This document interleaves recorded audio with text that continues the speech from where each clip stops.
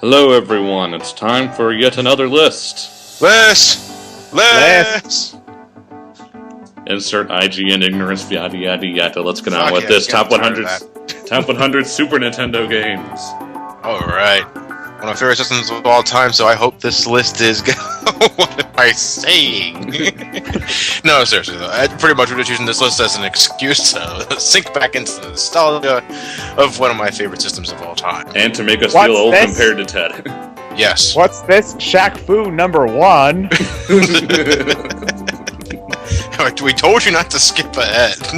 And I think you're reading the wrong list. Alright, so at number 100 we have Mike Hagar in Final Fight. Final Fight. Because, personally, I'm a big fan. I'm a bigger fan of like Streets of Rage more. I always found Final Fight to be a little clunky. I like Final Fight. Yeah. If I'm gonna choose, like in terms of characteristics and characters and such, yeah, Final Fight definitely gets my pick only because of Mike Hagar. But the mechanics always felt a bit stiff. But then again, it was so satisfying power driving everything. Yep. Let's see how many games Ted has nothing to say about, because he never played the Super Nintendo much. I will say that Mike Hacker is the most badass mayor I've ever seen, ever. If only all politicians could be like him. I'd vote for him.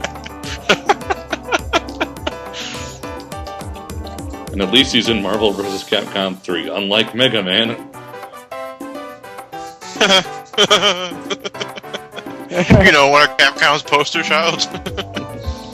Hey, Phoenix Wright got into it. Eventually.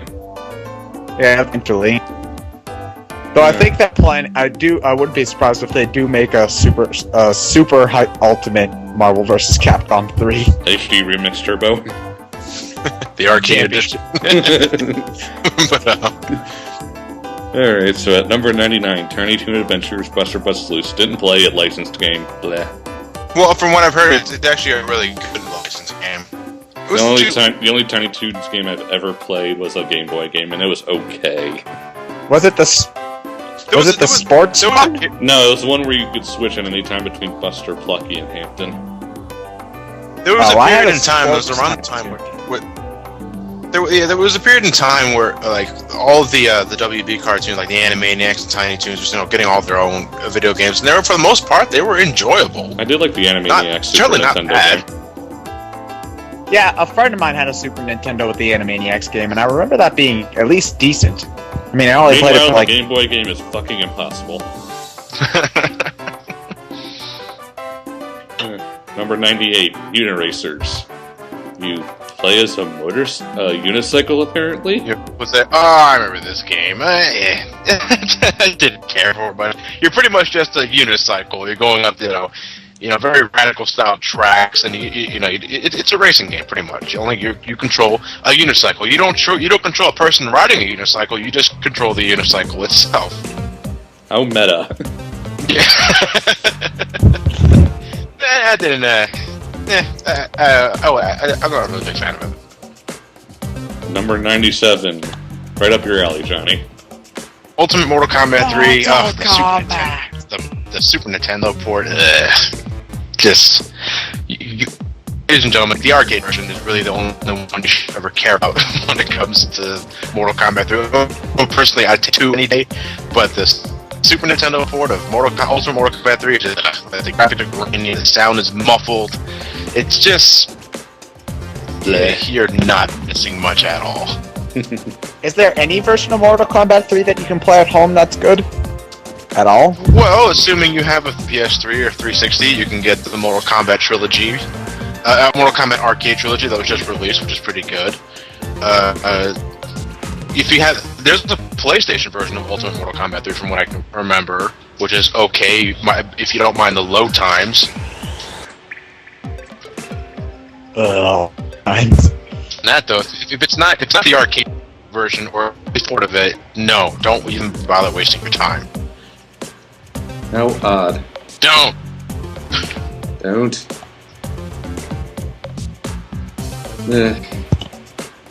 Well, number 96 is... Oh, god damn it, another super... No, this one too. Street Fighter Alpha 2. If it's not the arcade port, don't bother with it. HD Remix Turbo Edition. No, I don't get no. Yeah, I wonder how arcade many. Smash is now on the Super. Yeah, it's compressed. It like the same like Mortal Kombat 3. It's compressed. It's muffled. The load times. No, it's arcade or bust. It came out in 1997. Why didn't they just put it on the Super Nintendo? It probably could handle it. It is on the Super Nintendo. It is on Super Nintendo. I mean, what are you reading? You're on the wrong list again. I meant N64. No, it's even worse. The PlayStation. Even then, like the PlayStation had those pretty damn long load times. You know, it's still preferable for 2D. No, what am I saying? The Saturn. The Saturn. It should be on the Saturn. But then no one would buy it because no one had a Saturn. True. No, there was one guy who had a Saturn. That fucker better be on a Saturn. Yeah, Johnny's the only one who ever owns a Saturn. And he bought a Japanese one. Something tells me that they won't be making a top 100 Saturn games list anytime Are there soon. even 100 Saturn games? But Saturn games. Number 95 is Top Gear 2. I wasn't aware that was the first one. Never heard of it. There's something about being like Rad Racer. I get a pretty big Spy Hunter out of it, but looks pretty bland to me. Coming in at 94. Dun, dun, dun, dun. The Adventures of Batman and Robin. No. One of the good early Batman games. I thought Batman had plenty of good games from back then. They were very mixed. Well, the NES game was okay, hard as fuck, but it was okay. Batman Returns, the game up for the SNES, was pretty good. I heard the Sega CD Batman Returns was pretty good too. But like the Batman Forever game is pretty much self-explanatory. Hi, Val Kilmer. But other than that, though, the rest were just like I wasn't particularly a fan of the Genesis games, like Return of the Joker, or Revenge of the Joker. I just The Adventures of Batman and Robin was pretty good. Yeah, it was pretty much mimicking the formula of the first Batman game for the NES, which was okay. Just animated series. Yeah, it was just using the animated series Mythos, and I think I don't know, it's pretty good. It's not terrible by any means. It's okay.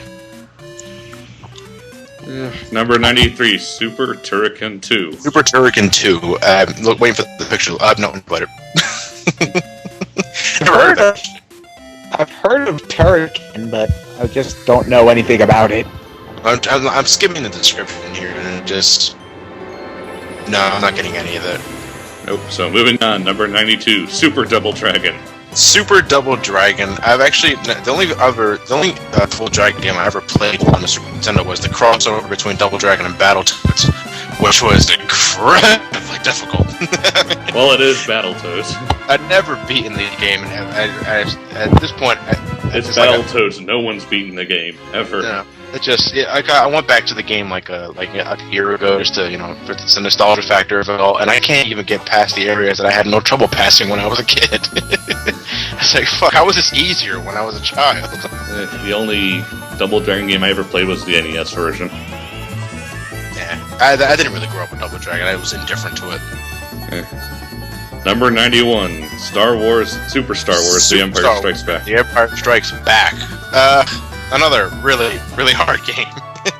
They all were. Yeah, I couldn't even. There was a time where I couldn't even get past the first boss, but I think it was against the snow monster, the Yeti. Yeah. I enjoyed the game. It was just really hard. Yeah, you see, goddamn it, guys! It's like if the game's too hard, I don't want to play it anymore. It seems to be a problem with a lot of old school games, is that they had to be hard in order to complete because kids don't know how to play these days with their constant checkpoints and regenerating health. No, but if you think about it from constant chest-high walls. No, but if you okay, hold on. But if you think about it from a design standpoint, back then, in order to inflate a game's length, developers would make it hard so that they'd be playing along. Only Capcom did that intentionally. Yeah, but you can only jump over that pit so many times. With that said, though, this is the only Star Wars game I ever played on the SNES. I never did play Return of the Jedi. I only played the first two, not Return of the Jedi. Aren't they all the same game, essentially? Essentially. Yeah. But Empire Strikes Back is the only one I ever experienced with. Yeah. So number 90, Blackthorn. No idea what it is. Never heard of it. And for the picture to load, nope, never heard of it. Kinda looks like Jack Black did in, what's that game? Brutal Legend? Brutal Legend, yeah. Yeah. But that's about it. You're right, I am getting Jack Black vibes off this guy. If this is the next cover of Tenacious D, I'd buy it. Alright, number 89, Super Bomberman 2. I love Alright. me some Bomberman. I've We all never, loves me some never Bomberman. played Bomberman. Blasphemy. The closest I ever got to was one of those Bomberman games for the Power Mac back when we were all in elementary school. And I The just, multiplayer is great in the systems. I just never found the appeal. It's a lot of fun multiplayer. Like I have the DS version, and I would there was like a good, I think, like 8-month stretch where that was all I would play for multiplayer. Me and my sisters played Bomberman 64 and Bomberman Party Edition all the time. Yeah, it's like the multiplayer is fun. The single player can Single drag a player, little bit, not so much. but it's a fun multiplayer game. Mm-hmm. Yeah, well, I'll take your word for it. But this morning in Just particular, don't play Bomberman X-Zero. with the ballistic one. Yep. He has a scar on his eye. Impossible. Is that a chain? Why does he have a fucking chain? Moving on to number 88, Sunset Riders. Don't know it. Don't care. Looks generic. I think I heard about this one somewhere, probably on Screw Attack, but I'm not quite sure. It's according to skimming the discussion, it says like a 2D shooter similar to like Contra. But I've never heard of it. I'd rather play Contra then. I'll give the game the benefit of a doubt. Number 87, Sparkster. 87 Sparkster, Sequel Super to Nintendo. Rocket Knight Adventures. I like this game. I've never played Sparkster. I've only played Rocket Knight Adventures. It's basically the same game. Is it the same game? It's not the same game, but it's mostly the same game. Oh, It's enjoyable. It's enjoyable. I liked it. Okay, well, I'll probably look into it later. But, no, I've only had experience with the Rocket Knight Adventures, which is okay. It was fast-paced. I love that, but... The jetpack was a nice mechanic. Yeah. More games need more jetpacks. You have no idea what Rocket Knight Adventures is, do you, Ted? No, I do. Just because I saw Clement's playthrough of it, but still. Alright, at number 86, Stunt Race FX. Stunt... Oh. I assume it sucks. It was another one of those games that were hyped up to bring up attention to the Super FX chip, with Star Fox being the ultimate example of how to do it right, but Stunt Race was just boring. It was monotonous. Yeah, I never played it, so... You know, it really... I figure I'm not missing much. You're not missing much at all. It's just... It's during the time where, you know, we're making that transition from 2D to 3D, so it's very primitive looking. It's just... Star Fox is a much better option for Super FX glory. Yep. I will say that clay art on the front cover is really creepy looking. Up, 4chan Party Man's going by. Number 85, Spider-Man and Venom Maximum Carnage. With Black Canary, Rhino, and other Spider-Man characters we're going to shove into this title. So pretty much it's Spider-Man with evil Spider-Man fighting even evil Spider-Man. Basically. It was a fun beat-em-up from what I remember. I never played it. I never even read the comic book series. Oh, but it's got that LJN logo on it, so I'm already getting suspicious. Well, if it's in the top 100 NES, maybe it's not that bad. I remember it. IGN, It was a pretty fun beat-em-up. If this is the game I'm thinking of. Yeah, I'm sure anymore. Well, there were tons of superhero beat-em-ups at the time, so I'm pretty sure this is the Spider-Man one I'm thinking of. Okay. Number 84, Super Tennis. It's like tennis, only super. Actually, I think I have it a few times. If only because I remember the announcer. But I don't know. That's it. Deuce. Douche? What are you doing here? You're redheaded. But that's all I can remember, actually. Yeah, moving on to Super Star Wars. Super Star Wars. I wonder if Return of the Jedi is on here.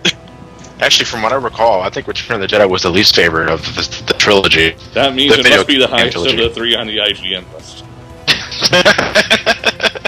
Number 2.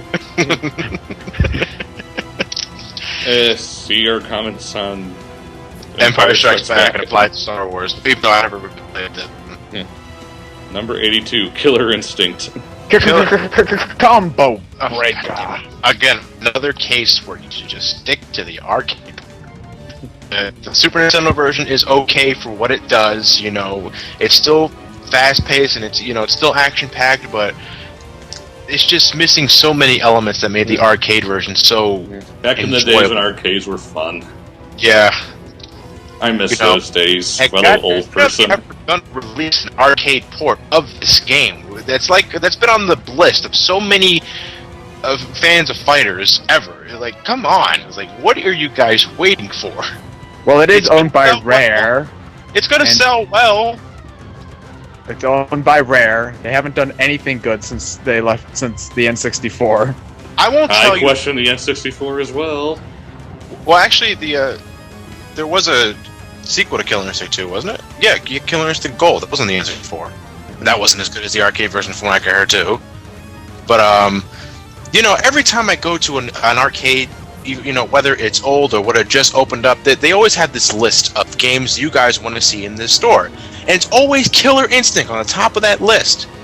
And there's a reason for that, because Killer Instinct, the arcade version, is fucking fun. All I know is Combo Breaker. Ultra Combo!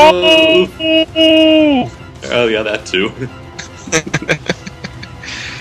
Hey, it comes with a free CD. Number 81 is... Wait, there's a good Superman game? The Death and Return of Superman. Impossible. I never played this. Neither have I.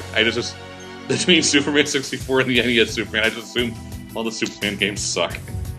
Well, Superman's sort of a hard conflict to take game, seeing as he can't die. He's too damn super powerful. Well, it don't matter. I mean, I still think you can use that. Yeah, sure, you can't die, but there are plenty of games where you're immortal and you can still have a good time. Solve my maze. No, we're not the top 164 games yet, guys. This looks like a job for Superman. Picks up car. There's no time to waste. Rings. No, really, there's no time to waste. Stand here for more than 2 seconds and you automatically lose. The countdown doesn't work anymore. Number 80, Pilot Wings. Pilot Wings. This is a launch title for the SNES. Yep, way back in the day. Or some fancy schmancy Mode 7 graphics. Nah. I never cared for it. Yeah, I never really played it. I just know it's a launch title. I played the Pilot Wing 3DS game, which is fun. Incredibly overpriced for what it is. Yeah, but it was fun-ish. Incredibly overpriced for what it is. I got it as a gift, so I didn't have to pay anything. Aha. Number 79, Flashback. No clue. Looks boring. Never heard of it. From what I've played, really not missing much. It had good animation, but that's it. From what I remember, I'm not, take my opinion with a grain of salt. It's been a long time, Johnny. We're old. You youngins and your fancy 3D graphics and full motion video. What's with this dual analog stick shit? One D-pad was enough back in the day back, goddammit. Unless if you were playing the Virtual Boy. No. Nobody cares about the Virtual Boy. You wanna know why? Because I had dual analog sticks. So number 78, it's Wolverine and his merry band of sidekicks, the X-Men. Yep. X-Men Mutant Apocalypse. Wolverine, Mutant Apocalypse. No, actually, in terms of the X-Men games, the only one I ever really put any effort into was the Genesis one. I forgot what the name Adamantium Rage. was it? No, I don't think it was Adamantium Rage. It was the other one, the good one. I forgot the name of it actually, but anyway, that's the only one I really ever played. I never really played the Super. I never The played only this X-Men game I played to any length was the arcade game. Come Mexican. Welcome to Die. I am Magneto, master of magnet.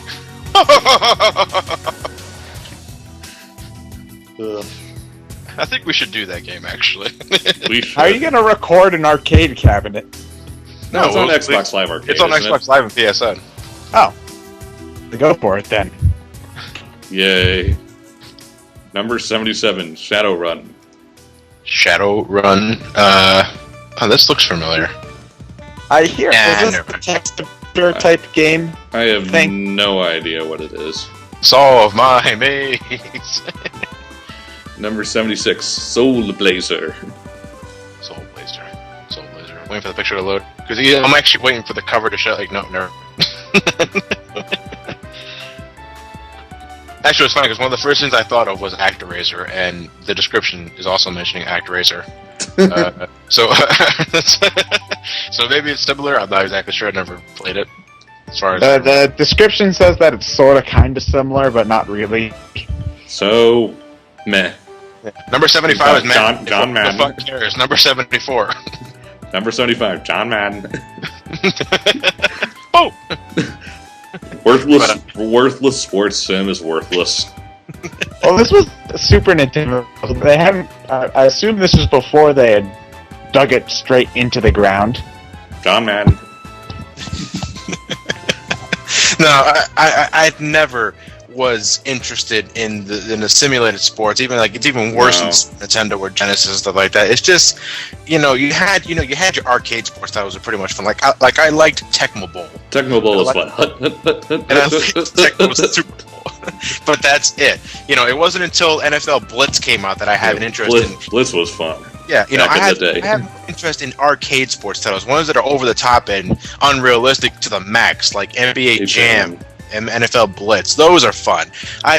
More power to you if you like the simulated titles like Madden or NBA Live or NBA Elite, whatever the fuck it's called nowadays.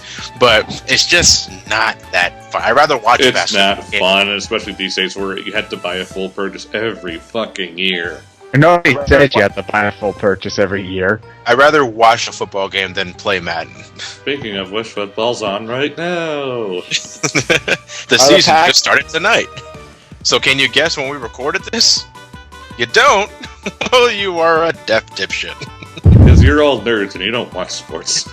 Actually, it's fun. I get lots of comments telling me that it's fun guessing when we actually sit down and record this stuff by listening to clues in our commentary. Hey, if they have nothing else to do.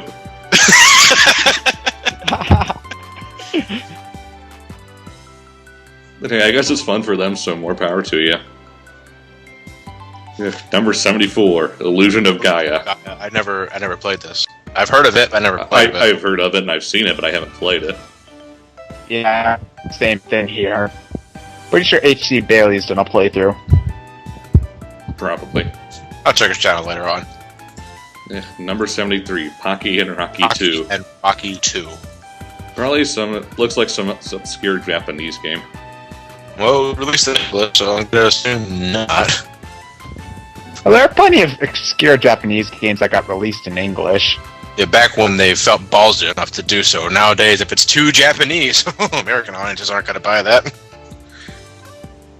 Like Xenoblade Chronicles, or Last Story. Or Pandora's Heart. Pandora's Heart. It's too Japanese, no one's gonna buy it. Or Ace Attorney Investigations 2, even though American audiences have bought every single game in the series.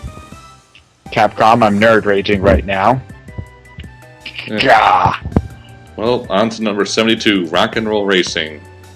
Well, this is 90s. Wow, you can play with 1 or 2 players. A new thing back at the time. Cover. So 90s. Actually, I'm getting more late 80s with that shit. Nah, I think the bright colors are more early 90s, but... No, I think if it needs to be early 90s, it needs to be a barbarian holding a guitar. Well, actually, it kind of does look like Conan. If he wore Whatever jeans. it is, it's making me start to grow a mullet right now. Kids. Ah, the testosterone. Are you a rat enough, dude? There's a reason none of the lingo from that's stuck. Number 71, Jungle Strike. Jungle Strike, the sequel to Desert Strike. Wouldn't have guessed. Let me guess, you're a helicopter and you shoot things. I'm gonna assume so. During its 2D game. Yeah. Maybe use mode 7. Pretending to be 3D. But, no, I never played. I've heard of Jungle Strike. No, maybe I did play Jungle Strike. I'm not sure. No, I played Desert Strike. I think that was the NES game. It's pretty much like Contra, only Not. So I'm gonna assume Jungle Strike is just like Gradius, only Not. no. Number 70, Populous. Nope. Never. The only thing I recognize is Peter Molyneux in the description. Look at this AI kid, he has so much emotion. I'm skimming the description again. I'm trying to see what kind of game this is. It says something about God game, but Oh, what a surprise. That's what Peter Molyneux makes. those are never as good on consoles as they are on PC. Like, if you want to play a real-time strategy game, play it on the PC. The only one that I've seen on consoles that I think only could work on a console is Pikmin, so... Oh, you do in your Pikmin fanboyism. Well, it's not even just a fanboy thing, it's just that I think that it would work better with the controller than with a PC. Some of the sim games worked good on consoles. Yeah. But I have nothing to say about it else. So number 69 is Out of This World. Highest rated game ever. Bullshit. Well, I never heard of it. So is it truly the highest rated game ever? Nope. If I were to go to GameFAQs and look up its total user score, would game it be ratings. above 11? Would it be above Mario Galaxy? Actually, I'm going to find out right now. Let's see. Out of This World. Here we go. SNES. No! Its rating is below 6. Surely it belongs to be on the top 100 SNES. Liar! Fucking liar! False advertising. Nope, never played it, so number 68, Kirby's Avalanche. Oh. It's actually one of the only Kirby games I never played. Nope, neither have I. It's essentially Puyo de Pop, or Robotnik's Meanie Machine. It goes by like 15 other names, so you've probably played it before. Sure. It's a puzzle game. Oh, look, Johnny, it's one of your favorites next. Number 67, Mega Man X3. Oh! Yay! Hi, Pilsard Buffalo. No, that's not until the PlayStation release, right? I mean, if you still want to call them Bills or Buffalo, then go by all means. Okay, because I know I'm going to anger a lot of people when I'm saying this. This is my least favorite of the X series. What about X6 and 7? I just told you, I'm going to piss off a lot of people by saying this. I like X6 a little more than X3. But X3 was so fucking boring on so many scales. Like, the enemies were forgettable, the bosses were forgettable. Hi, Dr. Doppler, are you going to predict the weather for us? But like I think it was you that mentioned earlier, X3 could be completely taken out of the story and nothing would change. It does nothing new to the series in terms of story. It adds nothing. Nothing. It's just there. It's the Mega Man 5 of the X series. It's just there. So I assume you don't think it belongs on this list at all. Well, it plays fine. No, don't get me wrong. it's a fine game. I can see its merits. I just can't give a shit. You know, this I didn't like the soundtrack that much. At this point, I think they were abusing the heavy metal riff too much with in this game in particular. It's not so bad on the PlayStation version where the instruments are a little synthesized, but in the Super Nintendo version, every single piece of music sounds almost exactly the same. There are a few good tracks here and there. I just don't care. Can you guess why it's taken me so long to record footage and upload it for Brain Spread?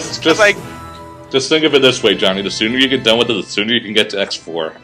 I know. It's just, oh god damn it! It's just taking so much out of me to play this one. Yeah, I had to play Sunshine, and I feel the same way about that. You know, sorry for angering all you X3 enthusiasts there, especially by thinking it's a little worse than X6. I don't care. Moving on to number 66, The Lion King. Back when Disney games were pretty good. I played hard as fuck. I played the shit out of the Genesis version. I played the Super Nintendo version because that was all I had. Hard as fuck. Yeah, I never really got to the end. Neither did I. I got to the part where he becomes Adult Sim, but that was about it. Yeah, that's exactly where I left off. But other than that, yeah, it's just like Aladdin, it was a pretty fun game. It was just really, really hard. Yeah. Yeah. Number 65 is R-Type 3. Is that the Star Tour ship? No, I don't know. But is that obnoxious robot pilot? Just so you know, it's my first time too. Bullshit! I've been going to this ride for 10 fucking years. But another if I wasn't playing Gradius or Darius Twin, it was R-Type. It's pretty fun. I personally would take Gradius any day, but for what it was a pretty fun show. And I don't follow up with R-Type at all. You know, I haven't played any of the newer games. I can say the same with Gradius, but I enjoyed Gradius more on a different level. Number 64. Oh fucking goody, International Superstar Soccer. You take one of the most boring sports ever conceived and make a boring video game out of it. Yeah, look at the guy. It's pissed off half of Europe. You know that, right? I don't fucking care. Soccer's boring. Nothing fucking happens. You sit there for 3 hours and they may score just once. Right pass to center pass to left pass to right holds it! Go! He gets to do that about once every game. You know what, as soccer is another... I know we're not talking about the game anymore, but soccer itself is one of those sports you actually have to go to in order to enjoy it. You can't watch it on TV. It's like golf. People enjoy golf? Yeah. Well, at least my grandfather does. And there's your sign. But, hey, Happy Gilmore was based off golf, and that was entertaining. And that was Adam Sandler trying to be a hockey player. Okay, point taken. It's more fun to see him play putt-putt than actual golf. Look at the guy on this cover here. He's like facing out of the dimension. It's like he knows he's in soccer. It's like, I'm out of here. Number 63, Fatal Fury 2. Oh, Fatal Fury. It's another one who, like, I'm well familiar with. I know of it. I never played too much of it, though. Yeah, I'm more of the King of Fighters type of guy than Fatal. Because Fatal Fury was... Yeah, I never played King of Fighters. Fatal Fury was a fighting game, too. There are enough of those as it is. Yeah, I didn't start getting interested with the SNK series until King of Fighters. Number 62, Kirby's Dream Land 3, also known as That One with Rick. Actually, this is the Kirby game I played the least. I haven't bothered to play this one yet. I've been meaning to, I just haven't gotten to it. I mean, from what I played, it's just Kirby with a partner system. That's about it. Yeah, basically. Yeah. It was okay, don't get me wrong. But... Yeah. Yeah. Yeah, moving on to number 61, Joe and Mac 2, Lost in the Tropics. I take one look at the cover and think, bleh. Oh, I've seen this before. Or am I thinking of Adventure Island? What's the difference? yuck, yuck. No, I just look at the cover and I just think boring and move on to something else. How can you think that's boring? There's dinosaurs. Yeah, and cartoony-looking, goofy caveman, because it's trying to be wacky, hilarious adventures. That's probably why I'm thinking of Adventure Island anyway. But I don't think I've ever played this. It looks familiar, but I don't think I've ever played it. Alright, so moving on to number 60, a game we mentioned earlier, Aladdin. I have actually played some of this one. Hard as fuck. Yeah, really hard as fuck. And this is actually I'm the opposite. Like, I played the shit out of the Genesis version of Lion King. I played the shit out of the Super Nintendo version of this game. Super Nintendo of Aladdin, hard as fuck. Yeah. Have either of you ever beaten it? No. I don't even know who the last boss is. I'm pretty sure the game came out when I was 5. Yeah, I'm pretty sure the last boss is Genie Jafar, but I never got there myself. Yeah, probably. Yeah, moving on to number 5, NHL 94. NHL 94, who cares? Yeah. Well, the only thing I have to mention about that is that I have heard it's probably one of the best sports sim games ever made, but that's about it. I just can't get, especially hockey. Hockey is a sport I've only recently gotten into.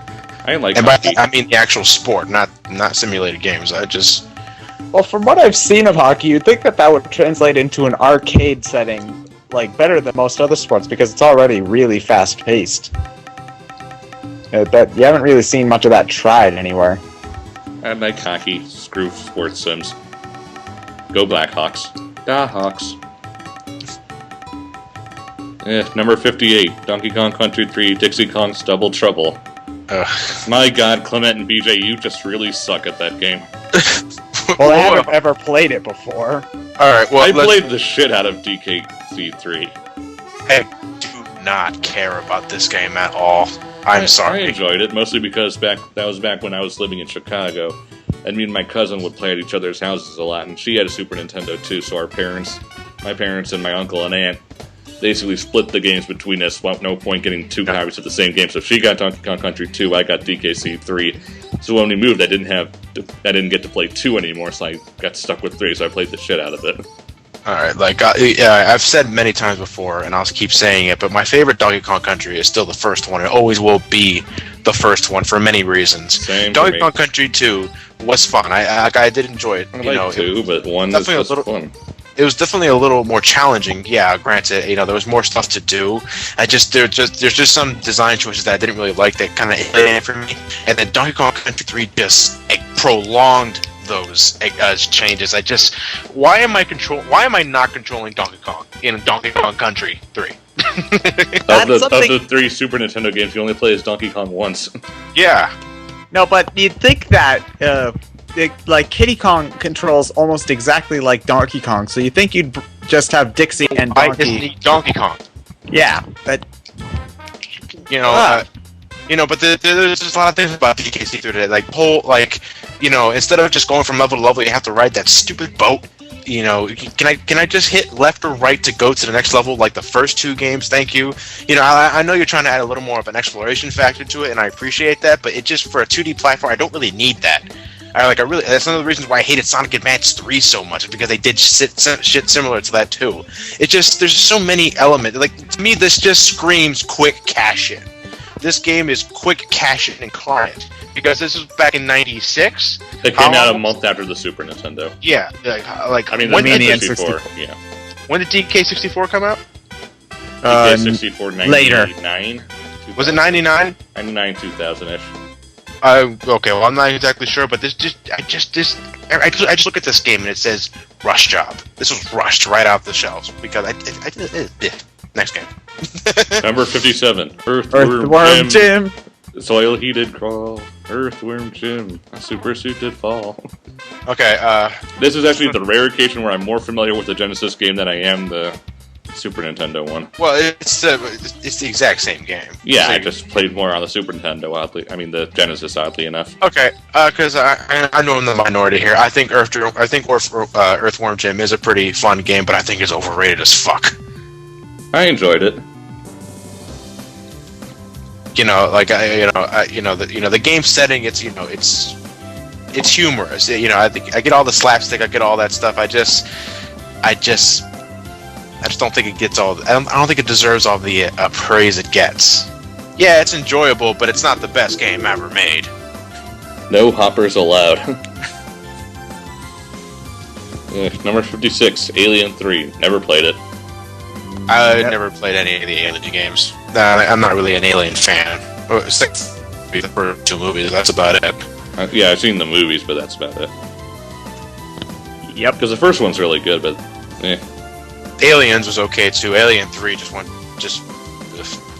like all good horror movies, it jumped the shark at number 3. Number 55, Axel Lay. I'm guessing it's a space shooter. Yeah, I've heard this was good, but I've never actually played this one. Never played it, so... You, Johnny? No, I've actually never heard of it until now. Axelay. No, maybe I've heard it. I'm not exactly sure, but who cares? I never played it, so I don't know. Number 54, Bust a Move, Talk. The bane of my childhood. Care to explain, Johnny?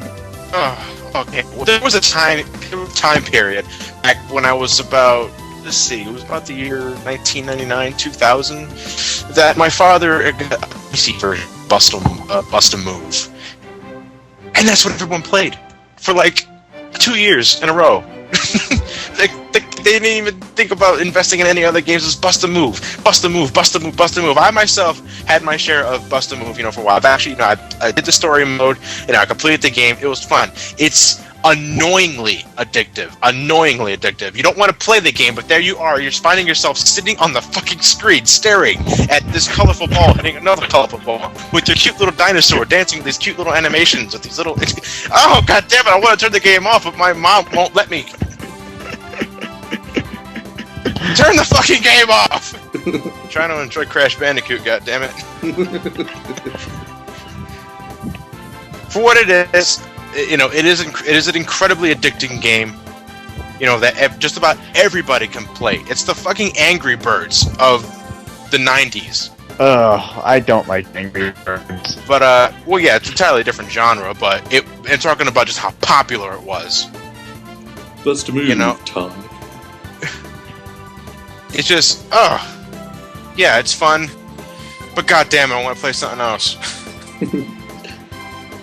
Sonic R. Sonic CD PC version? No! Number 53, Breath of Fire 2. Never heard of it. Don't care. I've heard of it. I've heard great things, actually. But I never actually took my time to go out of the way to actually play it. I think there was actually up to 3 of them in the Super Nintendo. I think there are. I've only ever heard of it. Yeah. Moving on to number 52. Ken Griffey Jr. and the Seattle Mariners. For my god, this is old. Oh, he doesn't have an enlarged head like he did in The Simpsons. Ken Griffey Jr.'s winning run. I assume it's a sports sim. Don't care. Well, it's probably just another MLB game with just Ken Griffey name. So, I don't recall ever a baseball being on fire, though. It's kind of false advertisement. Yeah, if you played Slugfest. I like Slugfest. But then again, it's arcadey. Yeah. Alright, number 1. You should know this game tag. God! Hardest game ever.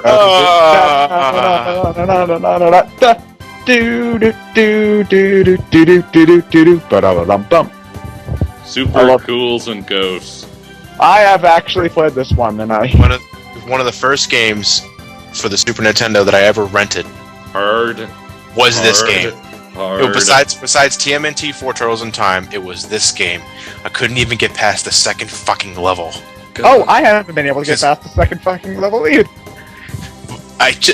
Hard. Like, if it's bad enough that the original Ghosts and Goblins for the NES, I think it was for the NES anyway, yeah, was mind-numbingly frustrating.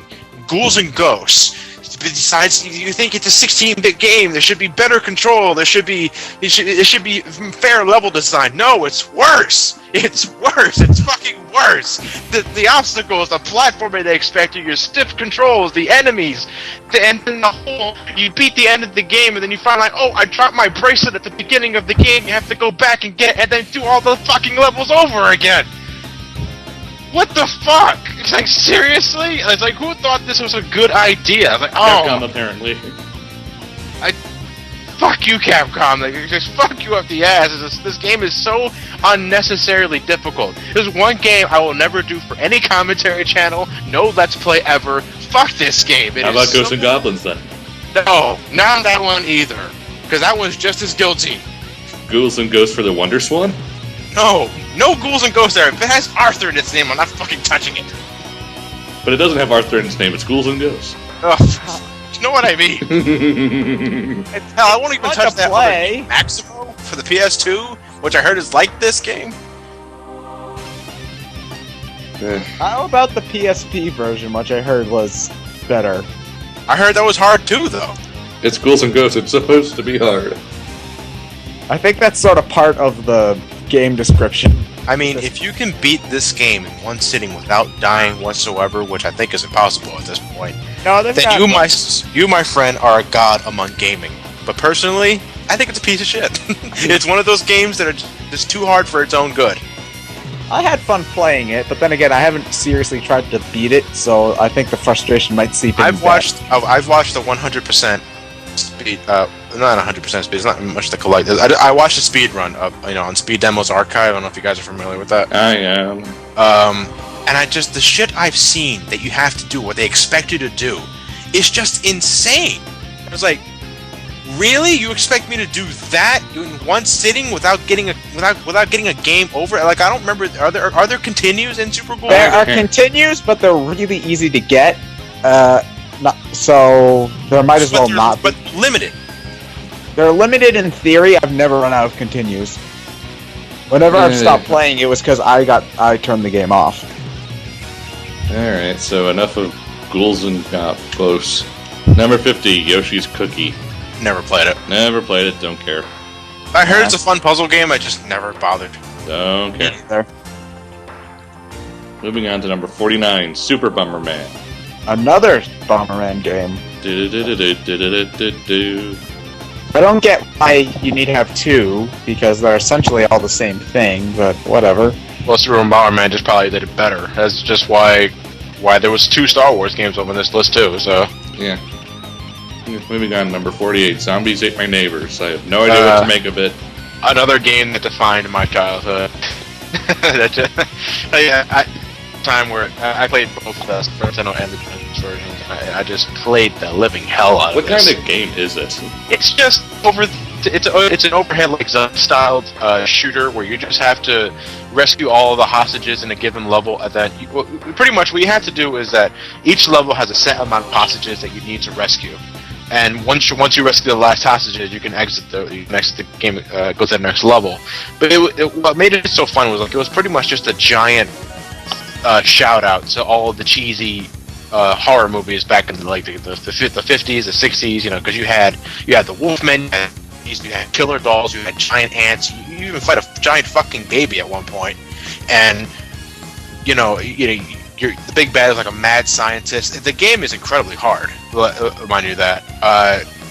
But I think it's like over I forgot how many levels there were exactly. 55 undeadly levels. Oh yeah, it says right there on the cover. On the box. Thank you, Ted.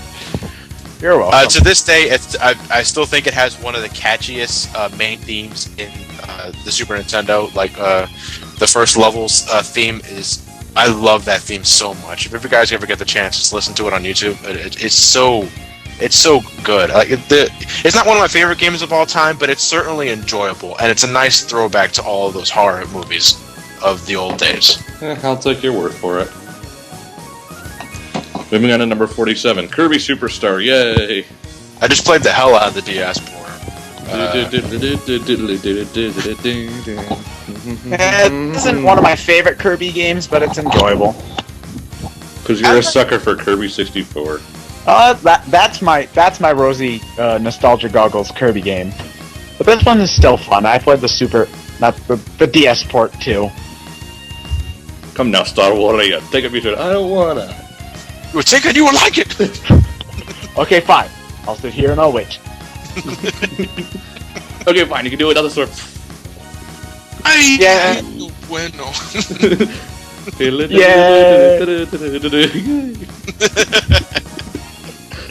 Yeah, I saw that too. I still don't know why in the show they made Meta Knight sound like Antonio Banderas. I don't know either.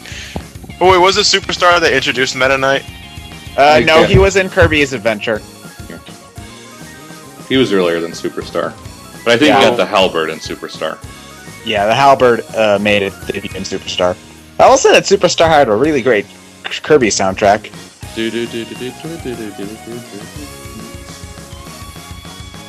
Moving on to number 46, Harvest Moon. Farming! I've heard good things about it, but I've never played it.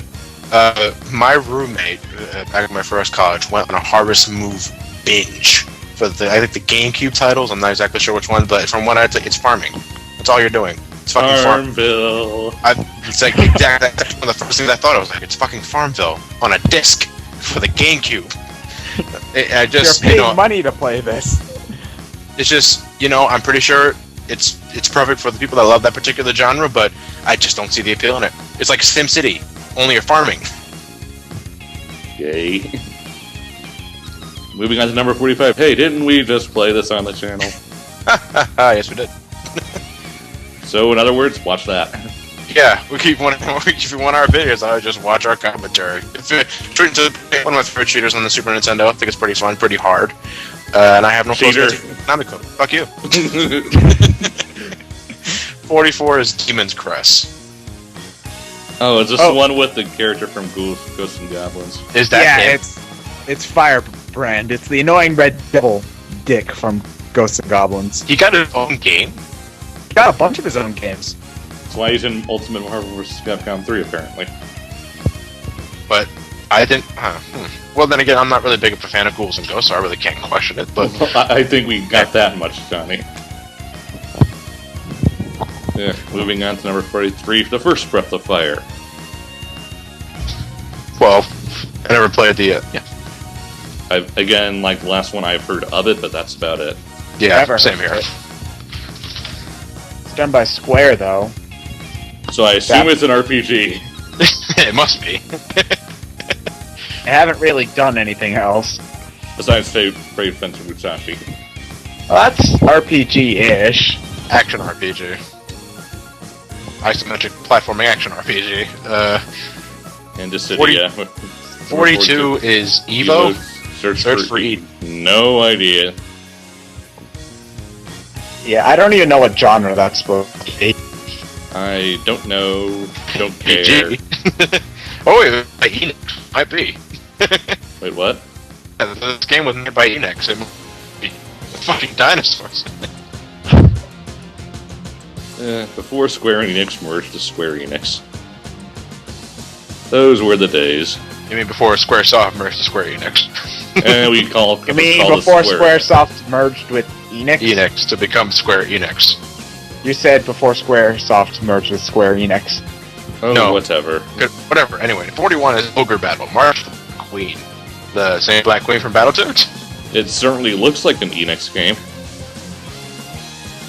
I've heard the Ogre Battle series was good. Isn't Ogre Battle like Final Fantasy Tactics? In terms of its battle setup? Like, the whole isometric, grid-like setting? Well, I don't know. I never played Ogre Battle. I've heard good things like Ted said. Number 40, Earthworm Jim. That's all he did call. Never played the sequel. A Super Suit did fall. It was fun. Well, what was the plot? I mean, Earthworm Jim runs around and shoots things. No, I never bothered. I never bothered with Earthworm Jim 2 or the 3D game. The 3D game sucks. Well, that's what I heard. Yeah. Moving on to number 39. Yay! Yay, Teenage Mutant Ninja Turtles. Motherfucking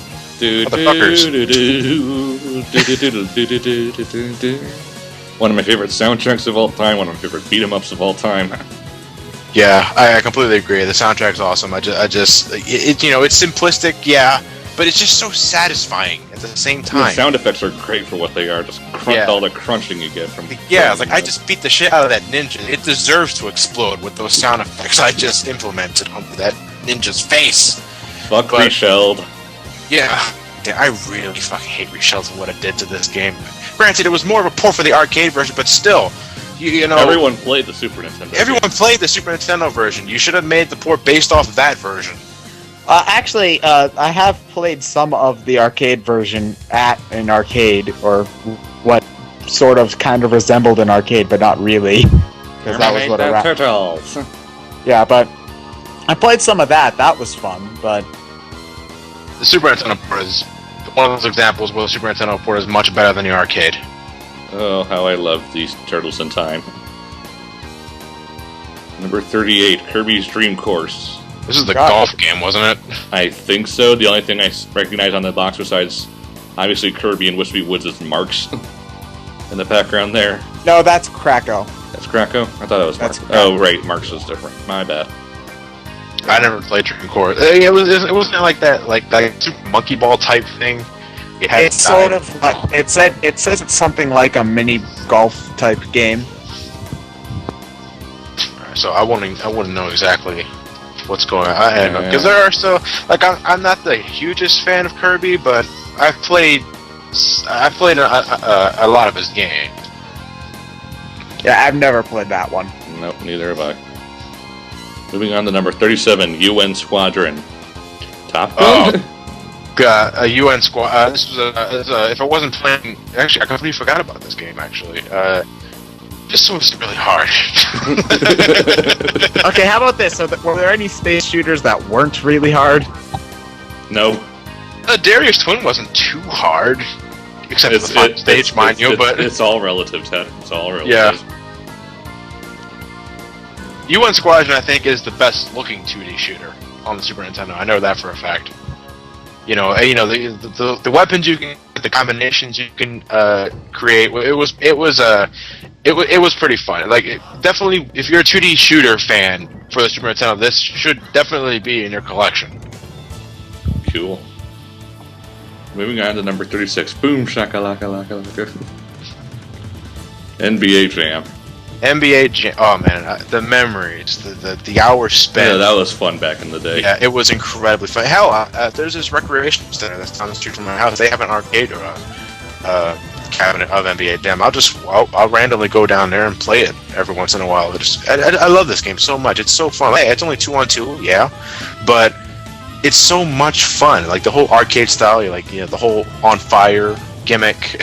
Jump halfway across the court. Jump halfway across the court, and you still get a 3-point shot. Fuck yeah! But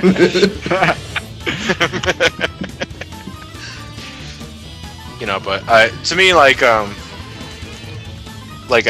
the N64 when it became NBA, was it Showtime or Hang Time? I'm not exactly sure. I can't remember. Then it kind of just fizzled out. Then came NBA Street. For the PlayStation 2, which I actually found pretty fun as well. It's a little more involved than Jam, but it was still arcade style, and I loved it to death because of it. But only the first NBA Street. After Street 2 and 3, I just stopped giving a shit. But then they brought back Jam again for the PlayStation 3 and Xbox 360, and I was playing that with my father. Beat the shit out of him last second. Oh, in his face so much. But yeah, it was just as nostalgic as me playing the game back in the SNES, and I don't know. This is a arcade. It's actually one of my favorite arcade sports titles. Yep. Number 35, SimCity. Don't care for simulation god games. This was the first game I ever seen on the Super Nintendo. Because and again, can you guys want to take a guess why? Because it was a launch title? That was my uncle. Ryan's right in this spot. I was about to answer with your uncle. I think it's just safe to assume every game you've ever played. Every game, seriously, Super Nintendo was because of my uncle. But this game in particular, he would not put down. He would purposely leave the Super Nintendo on. I couldn't come within 15 feet near it. Because he didn't want me messing with the city's population, the development, all that kind of shit. And because of that, I got the fucking SimCity theme stuck in my head now because of that shit. It won't leave. My God, Gandhi, you're an asshole. I know that's Civilization, but still. All those games just kind of bleed together for me. Yeah, essentially. Moving on to number 34, Lufia 2, Rise of the Sinistrals. Okay, because I am very well familiar with the Lufia series on the Super Nintendo, and on the Super Nintendo anyway. Lufia 2, The Rise of Sinistrals, is pretty much a prequel to the first Lufia game. Problem is, the beginning of the first Lufia game starts you off at the ending of Lufia 2. You're fighting against the final boss with the maxed out party. You know how it ends. So why make a prequel? We want more money. You know, it's like, yeah, I guess it's like, how Crisis Core Final Fantasy VII was supposed to tell you the story of Zack. You know how he's going to end up, but you want to get more character development out of him anyway. But I never played Lufia 2 to begin with, so I don't know if the characters were fully fleshed out to become memorable characters that we really don't want to see die at the beginning of the first Lufia game. But from what I can tell, I'm not sure if the first Lufia game's on this list, so I'm just gonna have to wait it out. But Well, most people think that the second one's better than the first one, so I doubt it. I'm not sure. Well, if that's the case, then I fucked up big time, because I did play the hell out of the first Lufia game. I don't find it as enjoyable as Final Fantasy, but it's pretty fun regardless. Cool. Number 33, Metal Warriors. Metal Warriors, waiting for the picture to show up. Nope, never played this. It was 16 megs of stellar mayhem. La-di-da. Wow, 16 megs. That's like the size of... 3 songs. Pretty much. My god, our memory capacity is so skewed. Ooh, number 32, Legend of the Mystical Ninja. Fuck yeah. Mystical Ninja. Was it Goemon? Yeah, it is. Goemon. Yeah. There are quests, and there are Japanese quests. I never really played the game myself, but it's, I've seen it in action plenty of times. My friend Russ actually loves this game. It's fun. But what exactly is the concept? What are you doing in this game? There are quests, and there are Japanese quests.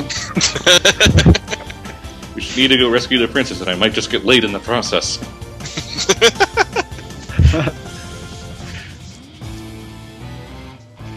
Yeah, it's fun. It's fun. Yeah.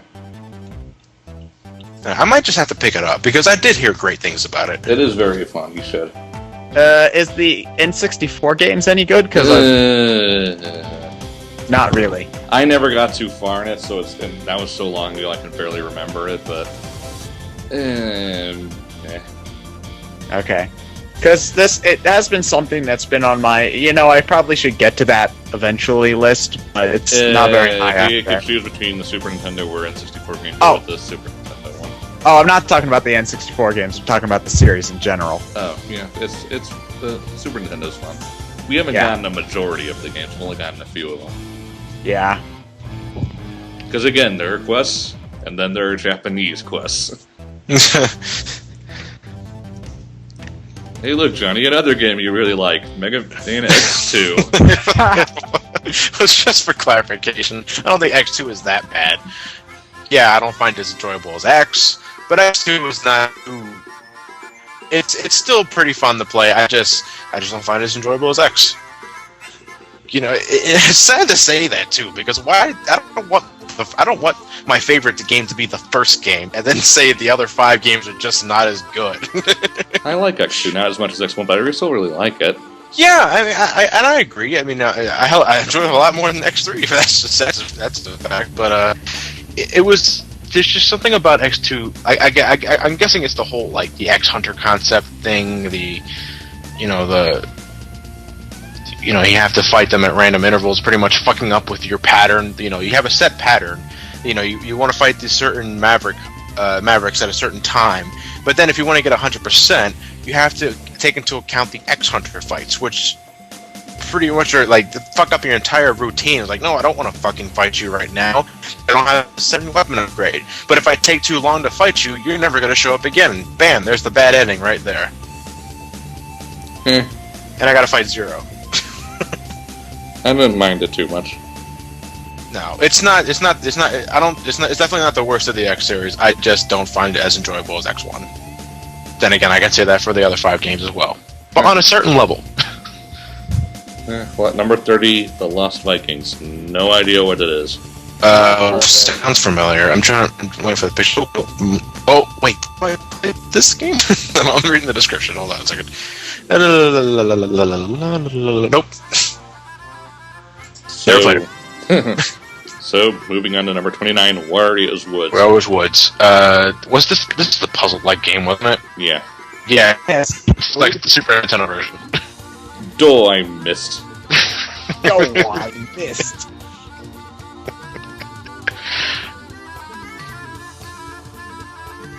Yeah. Anyway, 28 is... Why is this so low? Donkey Kong Country is number 28. I assume two's higher than this. Yeah, I'm assuming too. What that's I was expecting that because I know I'm the minority when I think that DKC. Well, I'm with you on that. I better. like one better than I two. don't. Now I'm gonna make everybody mad, but I don't really get why. I just don't like Donkey Kong Country all that much. Ooh. I don't. Let's put it this way, Ted. You're kind of past its time. That might be it. You grew up with other platformers, better platformers. Yeah. But back in the day when this first came out, this was, besides the whole amazing, like, oh, this looks so beautiful. Look at it, like, it's one of the most graphically impressive games I've ever seen on the SNES. It was a pure platformer. It was a platformer in a pure sense. Yeah. When you take away the pretty graphics, it's pretty bare bones. But I don't know. It's just the whole. This is one of those games where the graphics definitely help, like enrich the mood and the atmosphere. Well, I mean, I can appreciate that it looks good because even for like today's standards, this is a pretty nice looking game. The music's great. There's definitely good things about it. I don't know. It's just like I sit down and I play it, and I can't attach myself to it in any way. You've played better games. Pretty much. It also basically reinvented Donkey Kong for the modern quote-unquote era. Yeah, for the better, I believe. I mean, I can appreciate what it's done. Just playing it, I can't attach myself to it. Yeah, Because you're a kid. It's definitely nostalgia. That's the determining factor. But I like it. Me too. Moving on to number 27, Tetris and Dr. Mario. I had no idea they teamed up. Dun dun dun dun dun dun. Do do do do do do do. What remix is that? It's Tetris and Dr. Mario. Okay. They're fun. So what is it like? Is it a hybrid? I assume it's a compilation. All right. Yeah, it's two. From what I've heard, yeah. It's Tetris and Dr. Mario. Played both. You know what you're getting into. I like Tetris more than Dr. Mario, to be honest. Me too. Yeah, me too. Although I'm not sure which one has the better soundtrack. I like the Tetris theme better than the Dr. Mario theme, but that's just me. Don't care either way. Oh. Number 26. Oh, look, it's that third game of the Star Wars. So apparently it's the I'm best one. surprised it's this high. Well, dude, like, the Star Wars games back in the day were considered to be one of the best games on Nintendo. I know that, but I'm surprised that since they're all three essentially the same. I mean, it was a licensed game that fucking worked. No, but I mean, I'm surprised that this is A, so high up, and B, so far away from the other two games in the series. I didn't play this one, but I'm assuming it's just like the other two. Is it on the Virtual Console? I think all three of them are. I'm pretty sure all three are on the Virtual Console. Yeah, I don't know. I have to give it a try then. Maybe later. Not now, though. No. Got It's other too things late to for that. play. Number 25, Number Mortal 25. Kombat 2. Port that I actually gave a shit about. Screw it Mortal playing Kombat- in the arcades. No, actually, I still prefer the arcade version better. That's what I'm saying. Well- Screw it, play the arcade version. Yeah, well, this one is not as blasphemous. I grew up with this one. Obviously comparing it to the arcade version is just not fucking fair, but it's not as bad as, what Ultimate Mortal Kombat 3 did with the Super Nintendo port, or, God forbid, the Genesis port.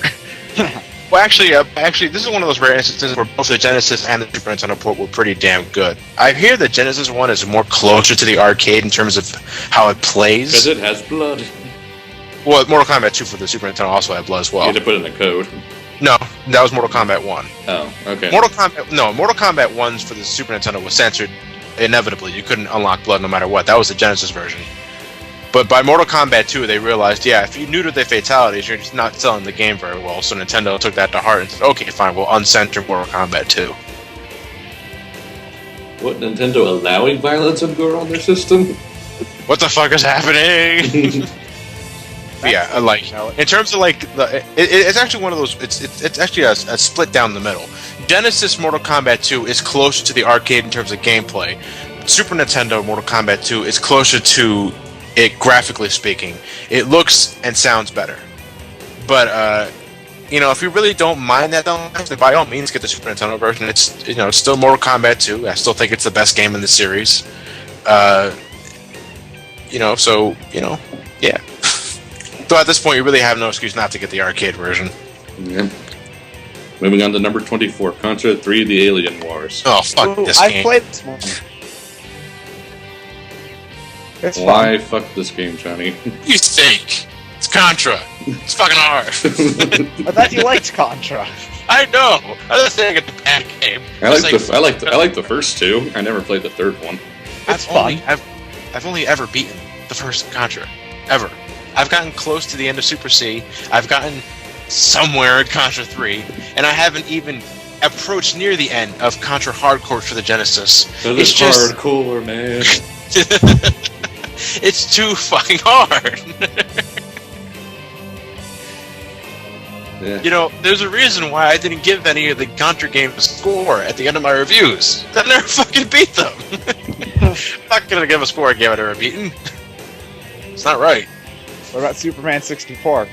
I've beaten Superman 64. Really? Believe it or not, yes, I have. The fuck? Yeah, I used the level select. Oh, I also did a cheater. legitimate. No, I did the level select to record footage of it.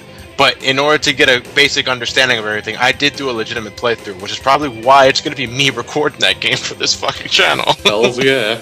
But yeah, it's not a hard game. It's just bad. Yeah. So, Good moving on to number 23, my favorite Disney game of all time, The Magical Quest starring Mickey Mouse. I never got into any of the Mickey Mouse games. I liked this game. I really did. Maybe because I was just younger at the time, but I really liked this game as a kid.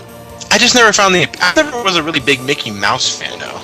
It's your basic platformer with you get a special suit that lets you do certain things per world, so each world had its own little gimmick to it. What's his get-up in the cover? He's channeling... Yeah, like I said, he gets different outfits per world, and that lets him do certain things. One of them is the wizard costume, and he can use magic. Brooms? I can't remember. Yeah, but this probably it's only stems because I was never really a big Mickey Mouse fan of it. I never really liked Mickey Mouse. It's just... Yeah. It's face of Disney, but that's it. Well, I was a little kid at the time, so I really liked all the Disney stuff. I'll take Goofy before Mickey Mouse. And now I see it as the evil, heartless corporation that it is. Yeah, I was never really into the classic Disney characters. I preferred the Looney Tunes and stuff like that. Looney Tunes were just better. Yeah, they were. Disney had better animation, sure, but the stories were so clean-cut and family-friendly and not hyper in any way. Moving on to number 22, Mario Paint, the game that spawned 1,000 remixes. I will say that there was, I think, 2007 to 2009, there was a time when I would do nothing when Mario Paint remixes were a large part of my life. Like, I would watch tons of them on YouTube. I still do. They're people who know how to use this program are masters. So how about that Mario Paint? There's a painting game? Nobody cared. No one cared about the painting game. We just no one cared. It's like people spending more time in the Chow Garden than Sonic Adventure than the actual game itself. People do that. Yeah, I know tons of people that do that.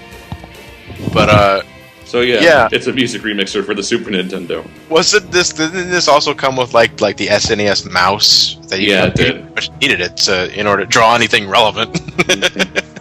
I'm pretty sure that this was the only game that used it too. Probably. Nintendo seems to have a habit of doing that.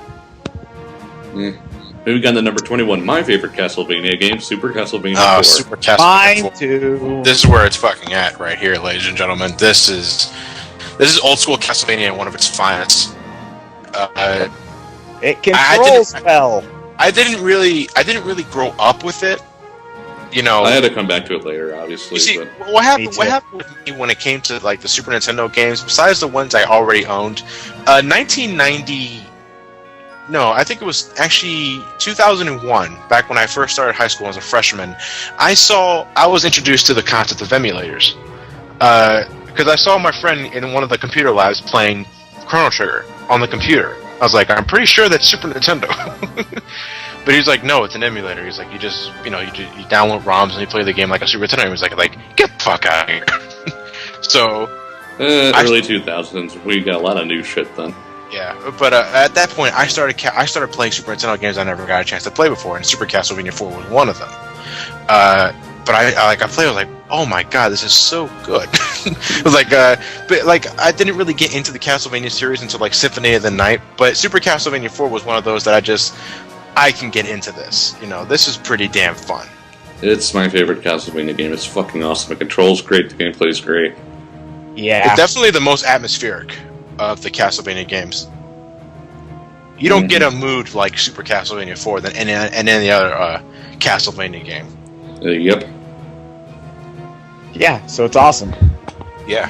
So moving on to number 20, it's Mario Brothers 1, 2, 2, and 3. Honestly, I would have rather that they had the Mario All-Stars World and just bumped this That's up. the one I had. And then they bumped this up a whole heck of a lot, but yeah, I can appreciate this. I can appreciate this compilation. If you have a Super Nintendo, you have this game in your collection. Basically. I mean, there's no reason not to. But my save battery for mine died years ago. Damn. Well, it's not like you don't beat all of these games in one sitting anyway. Well, like Super Mario World have a save file so I can do the extra levels. The save and shit. feature is nice regardless, and I wanted to make some of the reasons why Lost Levels is bearable. Well, since my save battery died, I had to do it all in one sitting. God damn it. You're welcome. Alright, so number 19, ActRaiser. ActRaiser, aka SimCity with action platforming. This was another game I grew up with. Didn't really play much of it, but I did, play it every once in a while when there was nothing else to play. It pretty much the game is half. You're controlling this messenger, this little avatar of this angel, and you're building a civilization. You're pretty much creating life. Spore!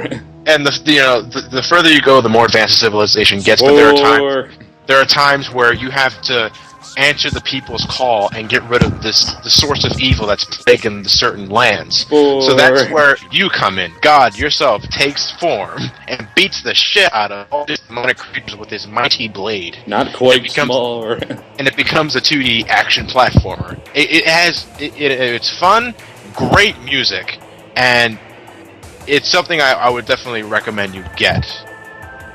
I'm LPing the game soon. Yay! Yay! Number 18, Captain Falcon! Yes! Yes! I see F-Zero. I actually have this game. It's actually not very good. Well, it was I a find it launch. fun. It was It's a a launch launch title and it's aged rather badly. It has aged. It's still fun to play, but there are better racing games. Plus, Well, I mean- if you're interested in F-Zero, play F-Zero X or GX. I mean, it's interesting for a launch title for the Mode 7, but it's aged rather badly. Yeah, I mean, I'll admit that, but I still had fun playing it. Number 17, Super Punch-Out. Play the NES game. Super Punch-Out is pretty fun, but to me, it lacks the charm of the original NES game. Okay, well, the NES game is not original. It was originally an arcade game, but everyone remembers the NES version anyway. Mike Tyson. I know. Now, The Punch-Out series, I've never seen why everybody loves this so much. It wasn't so much about beating the shit out of your opponent. It's a timing game. Having the I know it's a reflex. timing game. God. I know that, but it's just that it lacks any sort of depth or anything like that. I mean, for a Super Nintendo... It's a pattern timing game. I know, but for like a Super Nintendo or an NES game, fine, I like that, but the one for the Wii, I don't get why that one is loved so much. It's Because it's the NES game. Actually, I like the Wii game a lot more than Super Punch Out. Yeah, me too. I don't like the Wii game very much at all. It's I guess you would have to grow up with Punch Out to appreciate it. Yeah. I think that's also part of the problem, to be honest. And someone's moving around their mic too much. That's you, whoever's Ted, doing stop that. So So the only thing I don't like about the Wii version, no Mike Tyson. Yeah, this game is lacking a severe amount of Mike Tyson. It's like him telling him he's going to eat our children. Maybe bite off my ears. What do you think of Homer Simpson? I think he's a nice guy. I like him, but I'm definitely going to make orphans of his children. You know, he has a wife. Yeah, but I was supposed she would die in grief.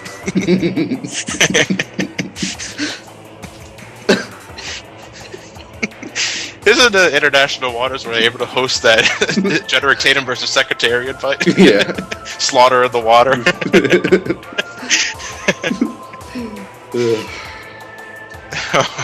Number 16 is Donkey Kong Country 2, Diddy Kong's Quest. I just finished recording that. I'm sorry. Diddy's Kong Quest. I always get that title wrong. I always say it wrong too. It's supposed to be a pun. Yeah. It harder than the original. I still really enjoy it, but I just like the first one more. Same thing. All my thoughts on the first game can just be copy paste over here. Like I appreciate, because I do like how they introduce more animal buddies and stuff like that. Because I did find the spider dude pretty fun. Yeah, it's a bit game breaking because of his web. But. Yeah, but then you just had those really ball busting levels. Like what was the one with that? You're using the bird to race against the other bird, and the one like maze. Like I fucking hated that level. I hate the fucking last one in Lost World before the final boss, where you have to be all the animals. Fuck that squawk section with the wind. Yeah, I think I know exactly what you're talking about, but I just don't find it as enjoyable as the first DKC. I know this game is great. It deserves all of its praise that it gets. I just not seeing it myself. I just like the first one more. Yeah. Moving on to number 15, Tetris Attack.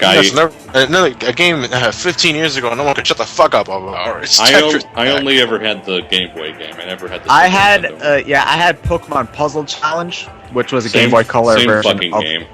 Yeah, it is the same game. It's a lot of fun. It's one of the puzzle games that I played the most of, actually. But there's really not much you can say about it. I just like how two-player games advertise like it's a new thing back in '96. Like, no shit, it better have two players at this point in time. May I remind you, the N64 is coming out this year. It has 4 controller slots. So fancy. But I enjoyed the Game Boy game, but I never played. I never really moved beyond the original Tetris. I never really got Tetris Attack or any of the gimmicky titles in the future. I just never got into it. Again, I like the Game Boy game. I never played the Super Nintendo one. I just assume it's the same thing. Yeah, it's essentially the same thing. But with puzzle games, I always feel like they're better with a portable because puzzle games are sort of portable. Best on portables, I feel. Are meant to be played in small spurts, not long.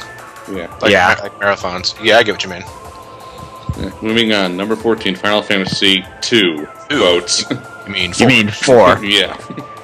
Well, they have it listed as 2, so. Why would they keep doing that? Because that's the official. Yeah. I mean, sure, it's the official name that was on the cart. But call it 4, because it's the 4th game. Ted Woolsey. All of the games are now available to us. I think you should call it 4 now. Yeah, true, it was released as 2, like Ted said. But it's fucking 4. Call it fucking 4. It's 4. Hi, Ted Woolsey. Ted Woolsey didn't do this one, I think. No, I don't think it was Ted Woolsey that did the translation for this one. Because the translation's pretty horrible. The translation, even for Woolsey standards, is pretty fucking horrible. I mean, granted, that didn't stop my enjoyment of the game. I played the original translation and still had a really fun time playing this game. but the translation's still pretty fucking bad. And then Yeah. it would get put onto every system in existence after this. You know what, though? I really don't care. I think it deserves all those. Because, I played the hell out of the Super Nintendo port, the PlayStation port, which is actually the original version with the original difficulty left intact, the Game Boy Advance port, and then, personally, my favorite one, the PSP port, with the upgraded graphics and the after years included with it. To me, like, the gameplay was fun, the spells were interesting, the story was interesting, one of my favorite Final Fantasy soundtracks ever in the entire series. I mean, you just listen to it, it's like, wow, I would never believe this was coming out of the Super Nintendo. With the way the soundtrack was. If there's a Final Fantasy you want to play and get introduced to this game, it's this game right here that will get you so into the series like it did me. Me too. It's like, this was the first one I played just because I figured the only two that were on the Virtual Console at this point were the original, which I knew was buggy and hasn't aged well, in this one. So I figured, hey, I'll give it a shot, and I don't regret it at all. So endorsements from Johnny and Ted. Pretty much. Or my check. Number 13. Hi, guess. Earthbound. I have not played it, and I don't see the appeal. I used it on the Virtual Console, damn Ted, it. I'm right with you. I do not at all see the appeal of Earthbound. I'm sorry for pissing off all of you for saying that. New Age. Hey, Mother 3 Nuts, you want to know why it's not released out of Japan? Maybe it's because nobody cared about Earthbound. Maybe because nobody most in of us, America maybe cared because about most of us were Earthbound. kids when the first Earthbound game came out and couldn't make our own financial choices on which games we got. Yeah, nobody in So America maybe you cared should about give Earthbound. maybe Nobody. 15. Ted, maybe 15 years later they should give it another shot. I mean, it's a Game Boy game, so it's not like it'd take too long to translate. It's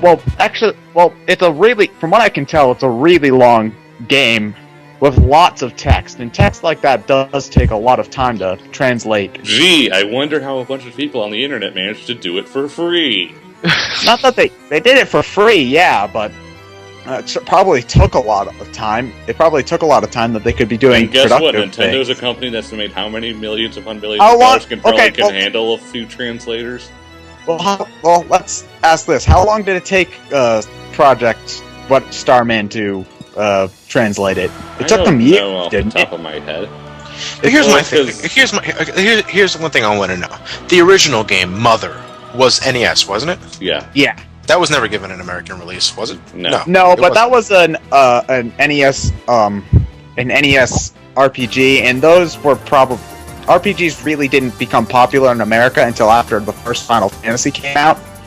So I can understand them not translating that. I'm gonna agree a bit on that because Final Fantasy was considered very popular by the NES standards, but they still didn't release 2 and 3 in America at that point yet, which were NES games. You would think they would sell this as well. But the thing is, though, you want to skip out on the first game, but you want to give us Earthbound, which is Mother 2, isn't it? Mm-hmm. Yeah. So, are the stories related in any sense? I don't know. I think don't know they're much about Mother 1. From what I can tell, they're marginally related, but you don't have to play one to enjoy the other. Okay, well, if that's the case, then it's not a really big deal. But this was obviously an experiment to see if it will sell at all, and it obviously failed because this is the only time we ever get anything related to NES in America. Actually, I think only the first 2 games actually had NES. Or was the first game was Nintendo. Okay, I'm sorry. Well, this is the only game, though. I mean, it couldn't have sold very well.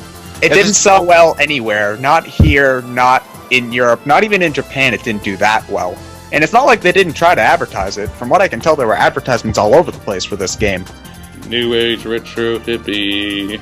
I am pretty sure that I'm missing out on a gem here. I myself tried it a bit, didn't really catch on to me, but to me, there's got to be a reason why it didn't sell well. There's got to be a reason why nobody bought the game.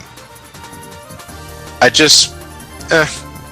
gotta tell you one thing, though. If Mother 3 ever sees a release in America, It's not. Xenoblade Chronicles and the last story better be following up right with it. TGS is soon. I'm guessing they'll announce something. It's always odd how the roads are always closed whenever anything interesting happens outside of town. Number 12. There it is. Oh, there it is. Mega Man X. My personal favorite Mega Man in the entire series. You know, to me... Mega Man 7, number 11. What?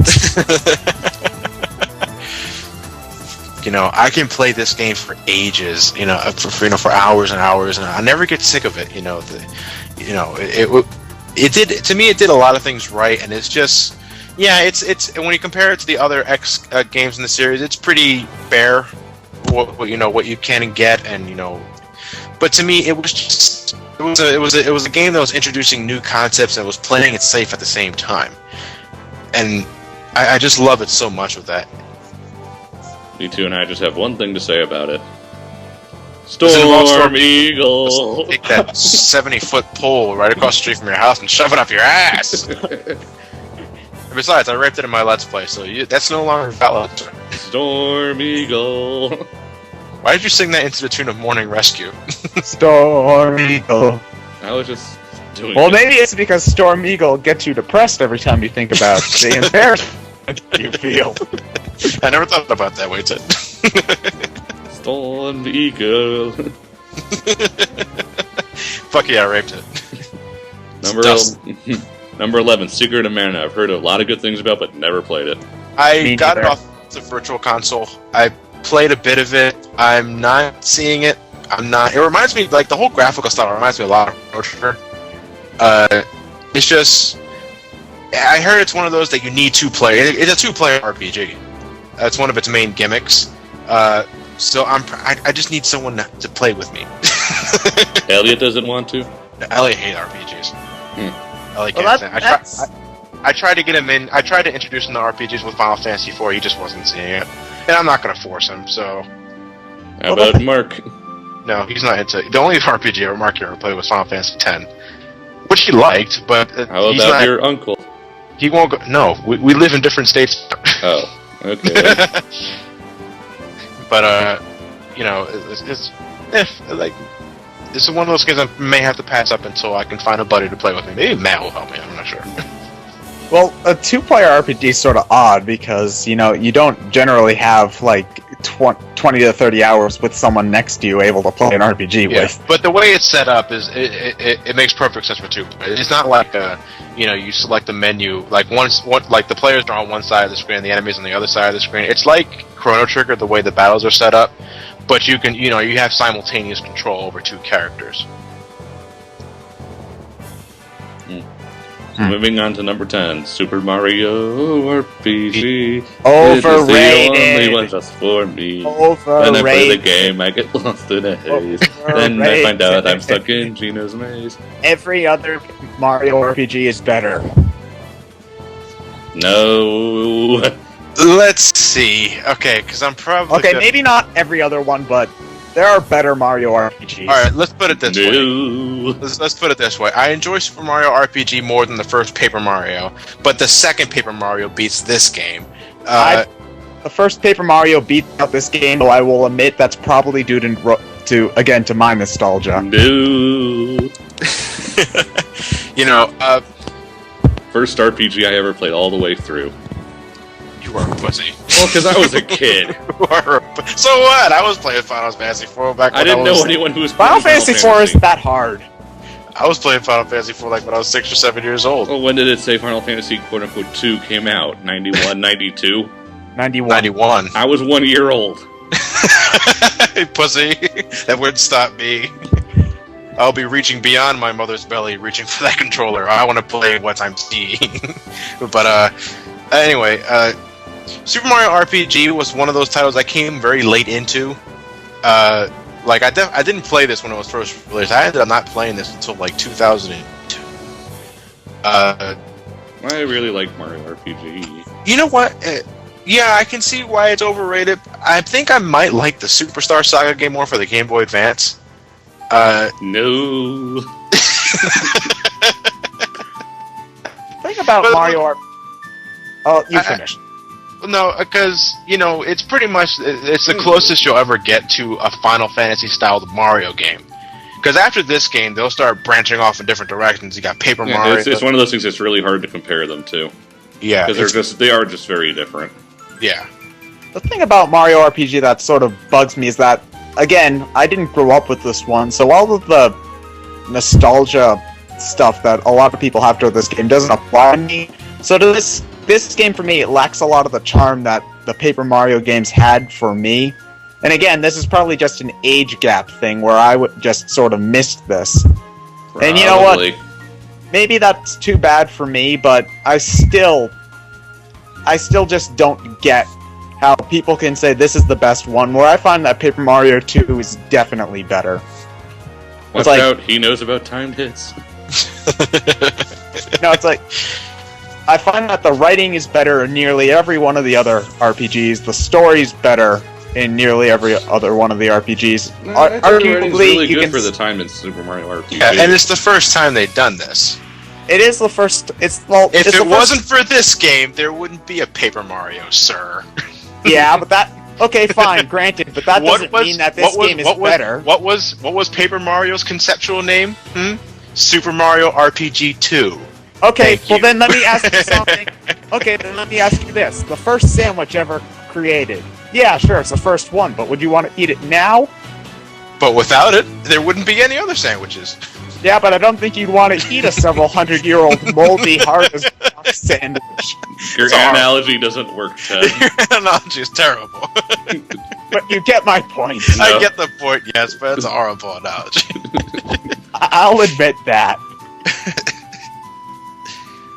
Number 9. This game is getting a remake of its remake tomorrow. Ground Control, the Fox McCloud. Star Fox. Again, like we mentioned earlier, with that glorious Stunt Race FX. If you want to play a game that does the Super FX ship right in an entertaining way, it's this game. You know what, though? I swear to God, because I just recently, about like a year and a half ago, when I went to a video game expo, I picked up a copy of Star Fox for my Super Nintendo, and it runs a hell of a lot slower than I remembered. Yeah, like, it's much slower than you think it is. I could have sworn the game moved at double the speed that I'm looking at right now. Because I've seen YouTube videos of the game in action, and it's moving much faster than the way I'm looking at it on the Super Nintendo. It's like, are they using an emulator turbo feature? Because I could have sworn that was the normal speed. That's why I prefer 64. Well, I can assume that the Super Nintendo's work is chugging to get those 3D polygons out there. But then, I could have sworn it ran much faster than this. But regardless, though, it is still a pretty fun game. Like, even though it's very primitive looking, and that's an understatement, but it's still pretty fun. Like, all the cool little secrets, like the black hole or the out of this dimension. Black hole is so trippy. Yeah, or no, dude, the out of this dimension secret stage with fucking paper planes and slot machine bonus boss. But it's pretty fun. Not my favorite shooter, but it's entertaining, and I think it should be, and besides this and Star Fox 64 should be the formula of all following Star Fox games. Staple his legs to the R-Wing seat, damn it. At least Command kept him in the R-Wing the entire time. Command was boring. It was a step in the right dimension. Direction. You had to trace him where it wanted to go. It wasn't really a space shooter. No, well, they kept him in the R-Wing the entire time. That's one very important step forward. I guess. Yeah, moving on to number 8, Super Mario Kart.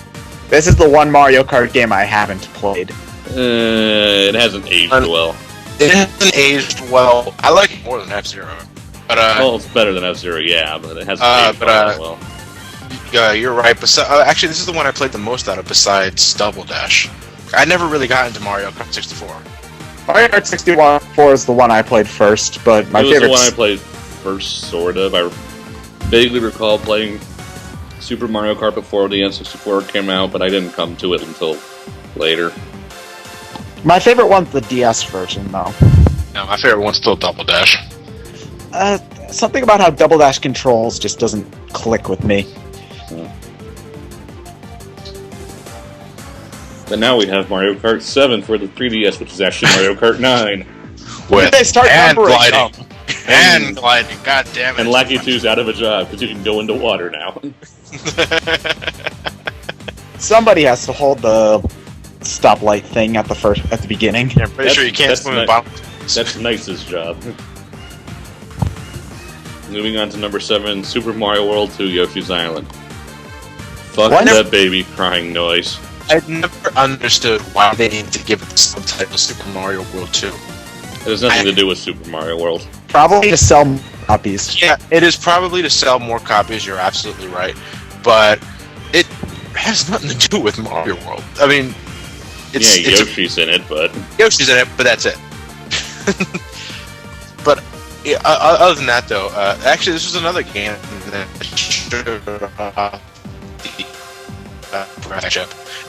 done really well, actually. Because you get those neat little scaling sprites. You get some of the 3D background objects. This is actually one of the best games for the Super Nintendo. I think so. But it's also incredibly fun to boot.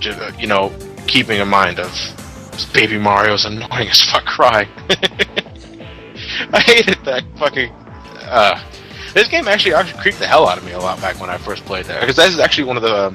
I got this game on its release day for, I think it was like Christmas gift actually, and I'm playing it and I'm enjoying it, but I'm also getting pretty damn disturbed with what I'm seeing. Miyamoto's been taking a few too many drugs this time. Touch fluffy, get dizzy. Well, from what I can tell, this game was Miyamoto's attempt to pretty much say fuck you to Nintendo, because they wanted him to make this game Donkey Kong Country-esque. So he was like, screw that, I'm making it made out of crayons. Yeah! Crayons! Better than Donkey Kong Country, actually. But yeah, I haven't played this. I played the DS sequel, which was fun, but I'm waiting. DS sequel is pretty boring. Yeah, it was okay. I had my fun with it, but I'm waiting for the GBA Ambassador games to come out so I can play this game, or the GBA port, whatever. I'll take what I can get. The same game. I know. You know what? I've never played Yoshi's Story. You're not missing too much. That's what I heard, but I still want to play. It's fun enough, but you're really not missing anything. Actually, you know what? Nah, I'll save it for later. Yeah, alright then, moving on to number 6, Street Fighter 2 Turbo. Dun da da da da. Da, Da, da, da, da, da, da. Street Fighter Turbo 2 Super HD Remix. Remix. Championship edition. Championship Arcade Edition. Actually, out of all the Street Fighter 2 incarnations for the Super Nintendo, this is the one I played the most. With my brothers, my uncle, my uncle's friends, his friends, and, Arcades. and on the rare occasion, my mother. Arcades. Your mom played Street Fighter? Yeah, this is actually one of the only games she ever invested any time in besides Tetris, because she liked Chun-Li. And her massive thighs. Yeah, well, I don't think she was playing it for the thighs. I just to her greatest moment in video game history is when she actually managed to defeat me as Lee, and I was like, I think it was Ryu or Sagat, I'm not sure. But I tell you, it was a fucking fluke because she was enjoying the spam that day. That's the only time my sister's ever beat me in any fighting games. When they spam the fuck out of one kid. It's like, Yeah. there's a punch button. It's like there are combos in this game. It's like in Ninja Turtles Tournament Fighter. They would always shoot Donatello and they would always spam the X button. It's like you're cheating bitches. Yeah, but the main reason why I believe everyone loved this iteration so much was not only because you got to select the boss characters from the original incarnation of Street Fighter 2, but it was so fucking fast paced. You can crank up the speed of this game to ridiculous levels, and if Melee, Super Smash Bros. Melee is anything to go by, it's that people will love it when a fighting game is fast paced. Organized chaos. Yes. Yes. Alright, so moving on to number 5, my favorite Mario game ever, Super Mario World. At least my favorite 2D Mario game. Yeah, it's my favorite 2D Mario game. I wouldn't. You know what though? Considering looking back at my collection, it may just very well be my favorite Mario game of all time. Because I played Mario World before I played Mario Galaxy or Galaxy 2. Not to say that they're bad games. I just find Mario. If I have to choose any Mario game to just pop in and play it anytime, it's Mario World. Yeah, for me. And that by definition makes it my favorite Mario game. The best one to me. Actually, probably pissing a lot of people off that this isn't number 1, or at least in the top 3.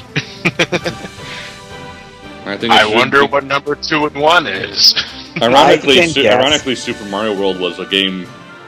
Someone interviewed Miyamoto a few years ago, and he said if he could have any game back to completely finish the way he wanted, it'd be Mario World, because it was essentially rushed for a while. Yeah, from what I could tell, it was rushed. That's why a lot of things like the soundtrack's only one song and stuff like that. And Miyamoto at this point might as a shit gold at this point. If even his rushed games are good.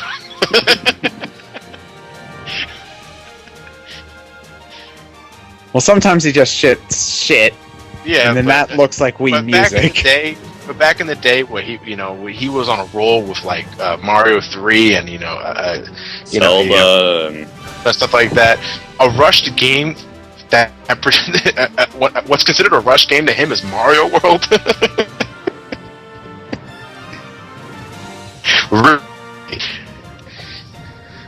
So moving on to number 4. Yeah.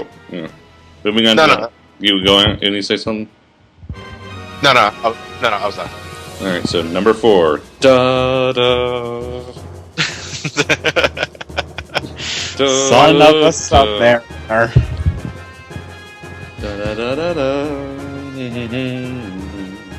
Final Fantasy VI, my personal favorite Final Fantasy game of all time.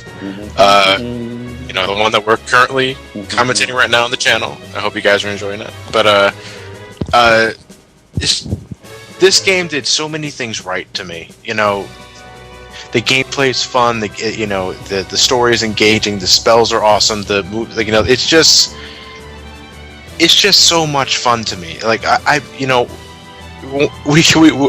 when you guys asked me earlier during the commentary how many times I played and beaten the game, and I said like around 40 something. I'm not kidding. What I did, I played this game so many times, but it's so much fun. I can't stress that enough. But at this point we're already chasing the commentary, so I'm pretty much beating a dead horse by this point. And it has the Joker in it. I will say that Final Fantasy VI is definitely a game that's aged well, because I could pick up and play it and have a lot of fun. My 2 little brothers, who are like 11 and 9, they both played the game, and they both really liked it, and they were enjoying it quite a bit, which is surprising that someone that young can enjoy a game that's almost twice as old as they are at this point. But yeah, it is a very, very good game. Motherfucker suplex the train.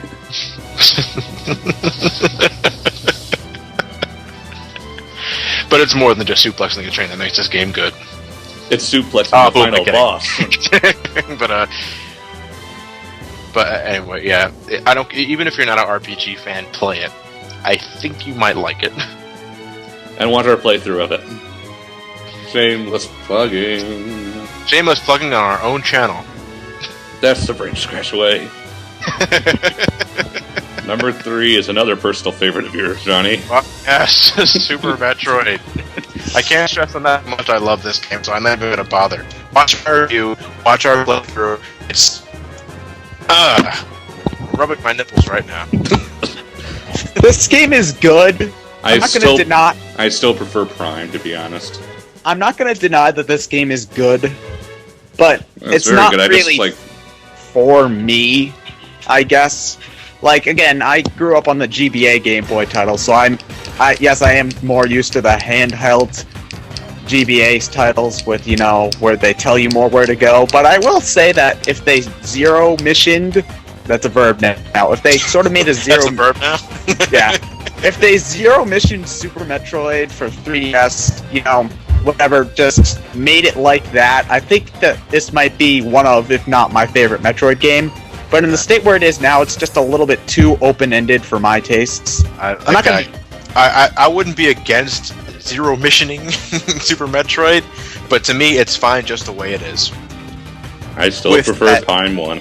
With that said, where's my next 2D Metroid? Seriously, I'm not fucking kidding at this point. Where is my next 2D Metroid? It's been many years since Zero Mission. 2007. Was no, not 7. 2004. 2007 fucking years? Are you kidding me? If you want to count Metroid Fusion as the last actual new one, then that's 2002. Well, the gap between Super Metroid and Metroid Fusion was 8 years. 8 years. So, if I'm not seeing anything by next E3, I am going to unsuccessfully boycott Nintendo.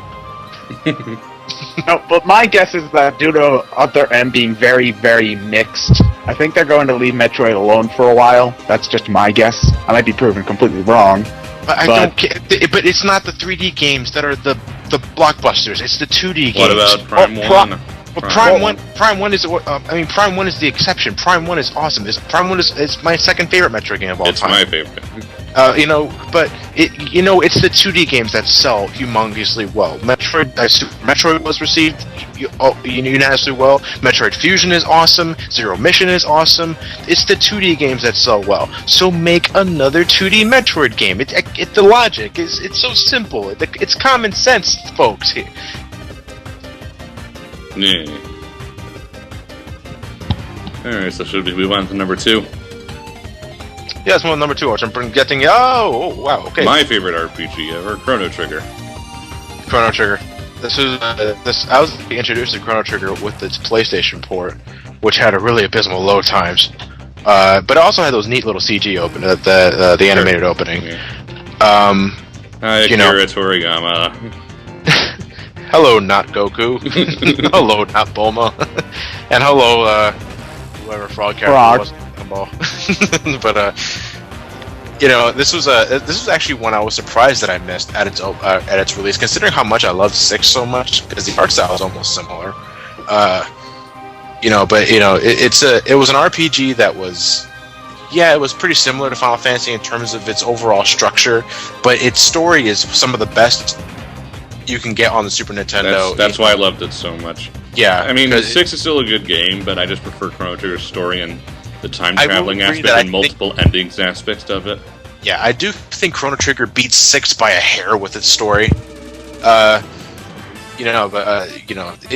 This game is really damn fun, and I'm glad to say that one of my favorite RPGs is not besides Final Fantasy, it's something else. It's different, not too different, but it's different enough to be completely enjoyable on a different ratio.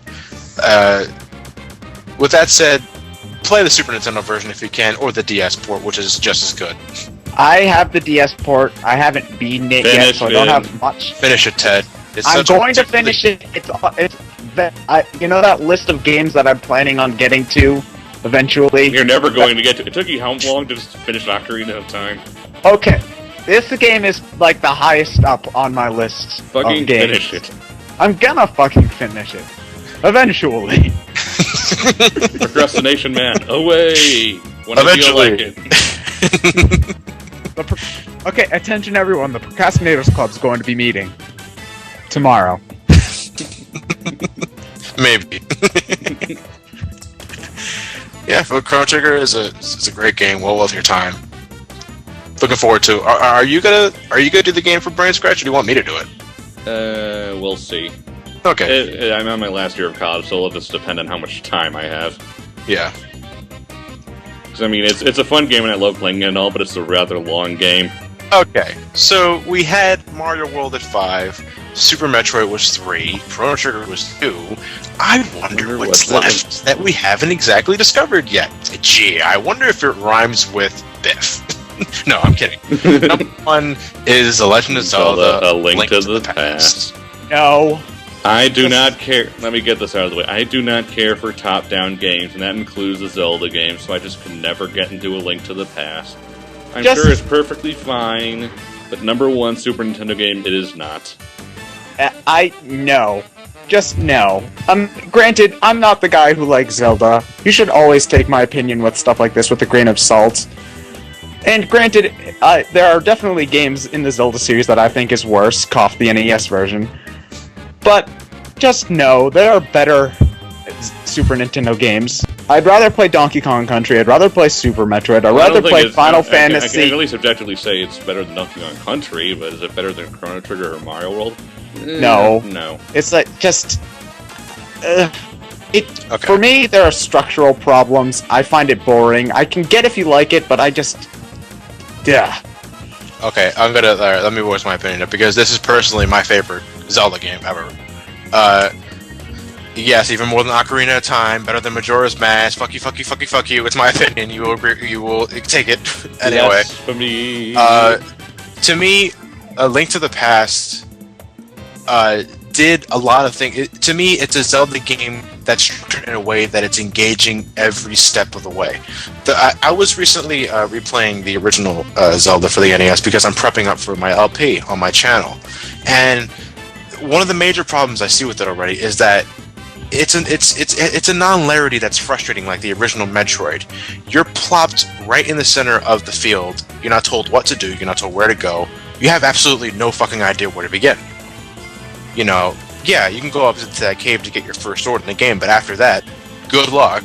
The rest is you're on your own. The Link to the Past always tells you, it always gives you a hint that you don't have to go out of your fucking way to get. The structure of the game just allows you to go from one place to another without getting lost or without making you pull your fucking hair out just figuring out how to get to. It's not hand-holding, but it's structured in a way that you always know where to go. It's just a matter of your playing skill if you're able to get to that spot. The motherfucking Ocarina of Time. Yeah, but Okay. To me, like it's graphically appealing. The music is awesome. It's just it's a lot of fun to play. You get the weapons you can get, the gimmicks, all the cool little gadgets you can get. It's everything I like in a Zelda game, and to me it's the perfect blend of it. Ocarina of Time. Okay, but do you think that it should be number 1? Number 1 on this list? No.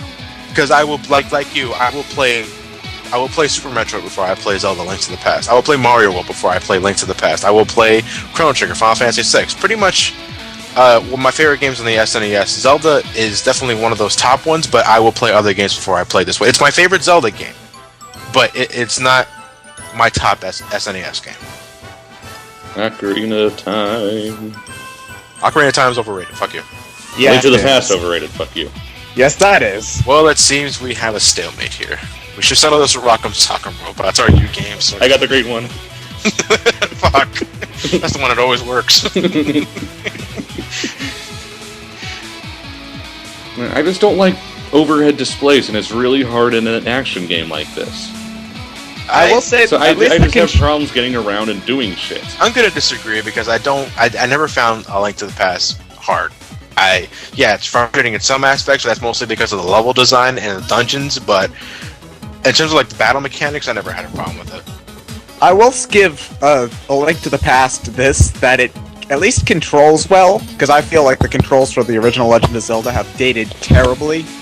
It controls well and I can do what I need to do, but if I die in a dungeon, especially the long 7-8-4 tower, I don't want to have to A, go back in and out in order to make the hearts respawn in those pots, and B, climb through the entire dungeon again, solving the same puzzles again, doing all that again. If I die, just plop me back in front of the boss door and let me be on my way. It's just, I feel like this game, yeah, it's got positive aspects to it, but there were a lot of little things that niched on me and kept me from going through and beating it and sticking with the experience. Because, I mean, I started out, I was thinking I might like it, but it just sort of weared on me after a while, I should say. But yeah. Motherfucking Ocarina of Time. Well, Link to the Past doesn't have a water temple. Take that. The water temple isn't At least that I can bad. tell what. At least I can tell what floor I'm on. Ryan, you do know that there's a little thing up in the top corner that says what floor you're on? If Yeah, you're on I know. floor I'm 2. just talking visually. I can't tell what floor I'm on. Well, Because it's a top-down display, and it's impossible to tell depth.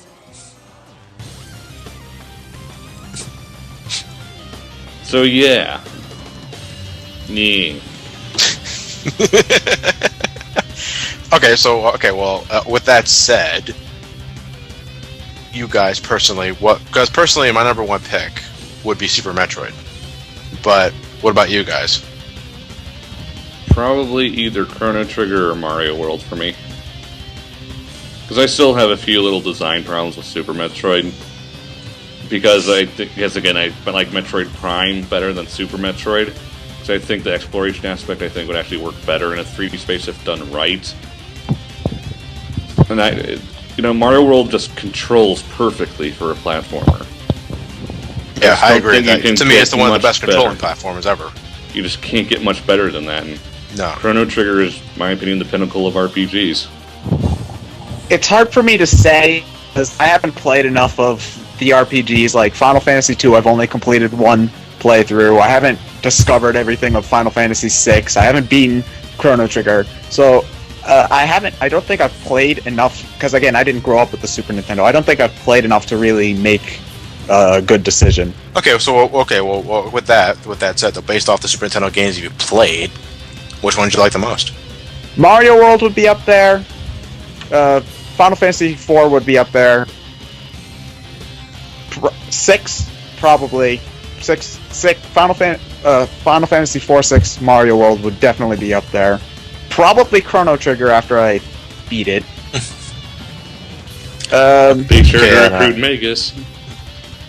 How do I do that? It's easy. When you fight him, or when you're offered the chance to fight him with Frog, don't. You don't? Yeah, don't fight him. If you fight him, you kill him. Oh, well I already fought him. No, I mean, what? Did you already fight him with only Frog in your party?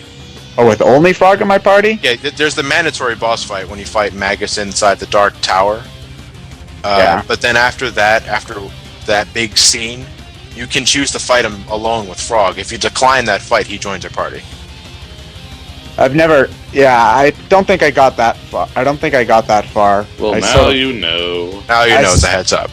Yeah, I sort of stopped at right after I got the time machine thing. Okay. So, Well, I think- yeah. Lewis, your opinion? Sonic the Hedgehog 3. That's not that part of the SNES list. Yeah. No, I'm curious though. What is Lewis's favorite Super Nintendo game? Sonic the Hedgehog 3. If I had to guess, it would probably be Well, actually, Chrono Trigger. I would probably guess Chrono Trigger. I would say Because- Mario World. No, because This if is you fun look... guessing another commentator's favorite game. Sonic the Well, Hedgehog hold on. 3. Let's see. He has a very convenient list of all of his favorite games on his channel. So if I go down there and I look at the list, it seems that Chrono Trigger is the highest ranked Super Nintendo game on that list. Okay, It's so number it's probably 7. Chrono Trigger. And it's under Sonic the Hedgehog 2. Favorite Super Nintendo game, Sonic the Hedgehog 2. Hedgehog 3. No, Lewis, no. But yeah, I'm pretty sure it's Chrono Trigger, unless if he's had a dramatic change of mind in the last few Like weeks. he ever visits it, like he ever uses his channel anymore. No, I think he's more he's using his DeviantArt more than anything else. Yeah.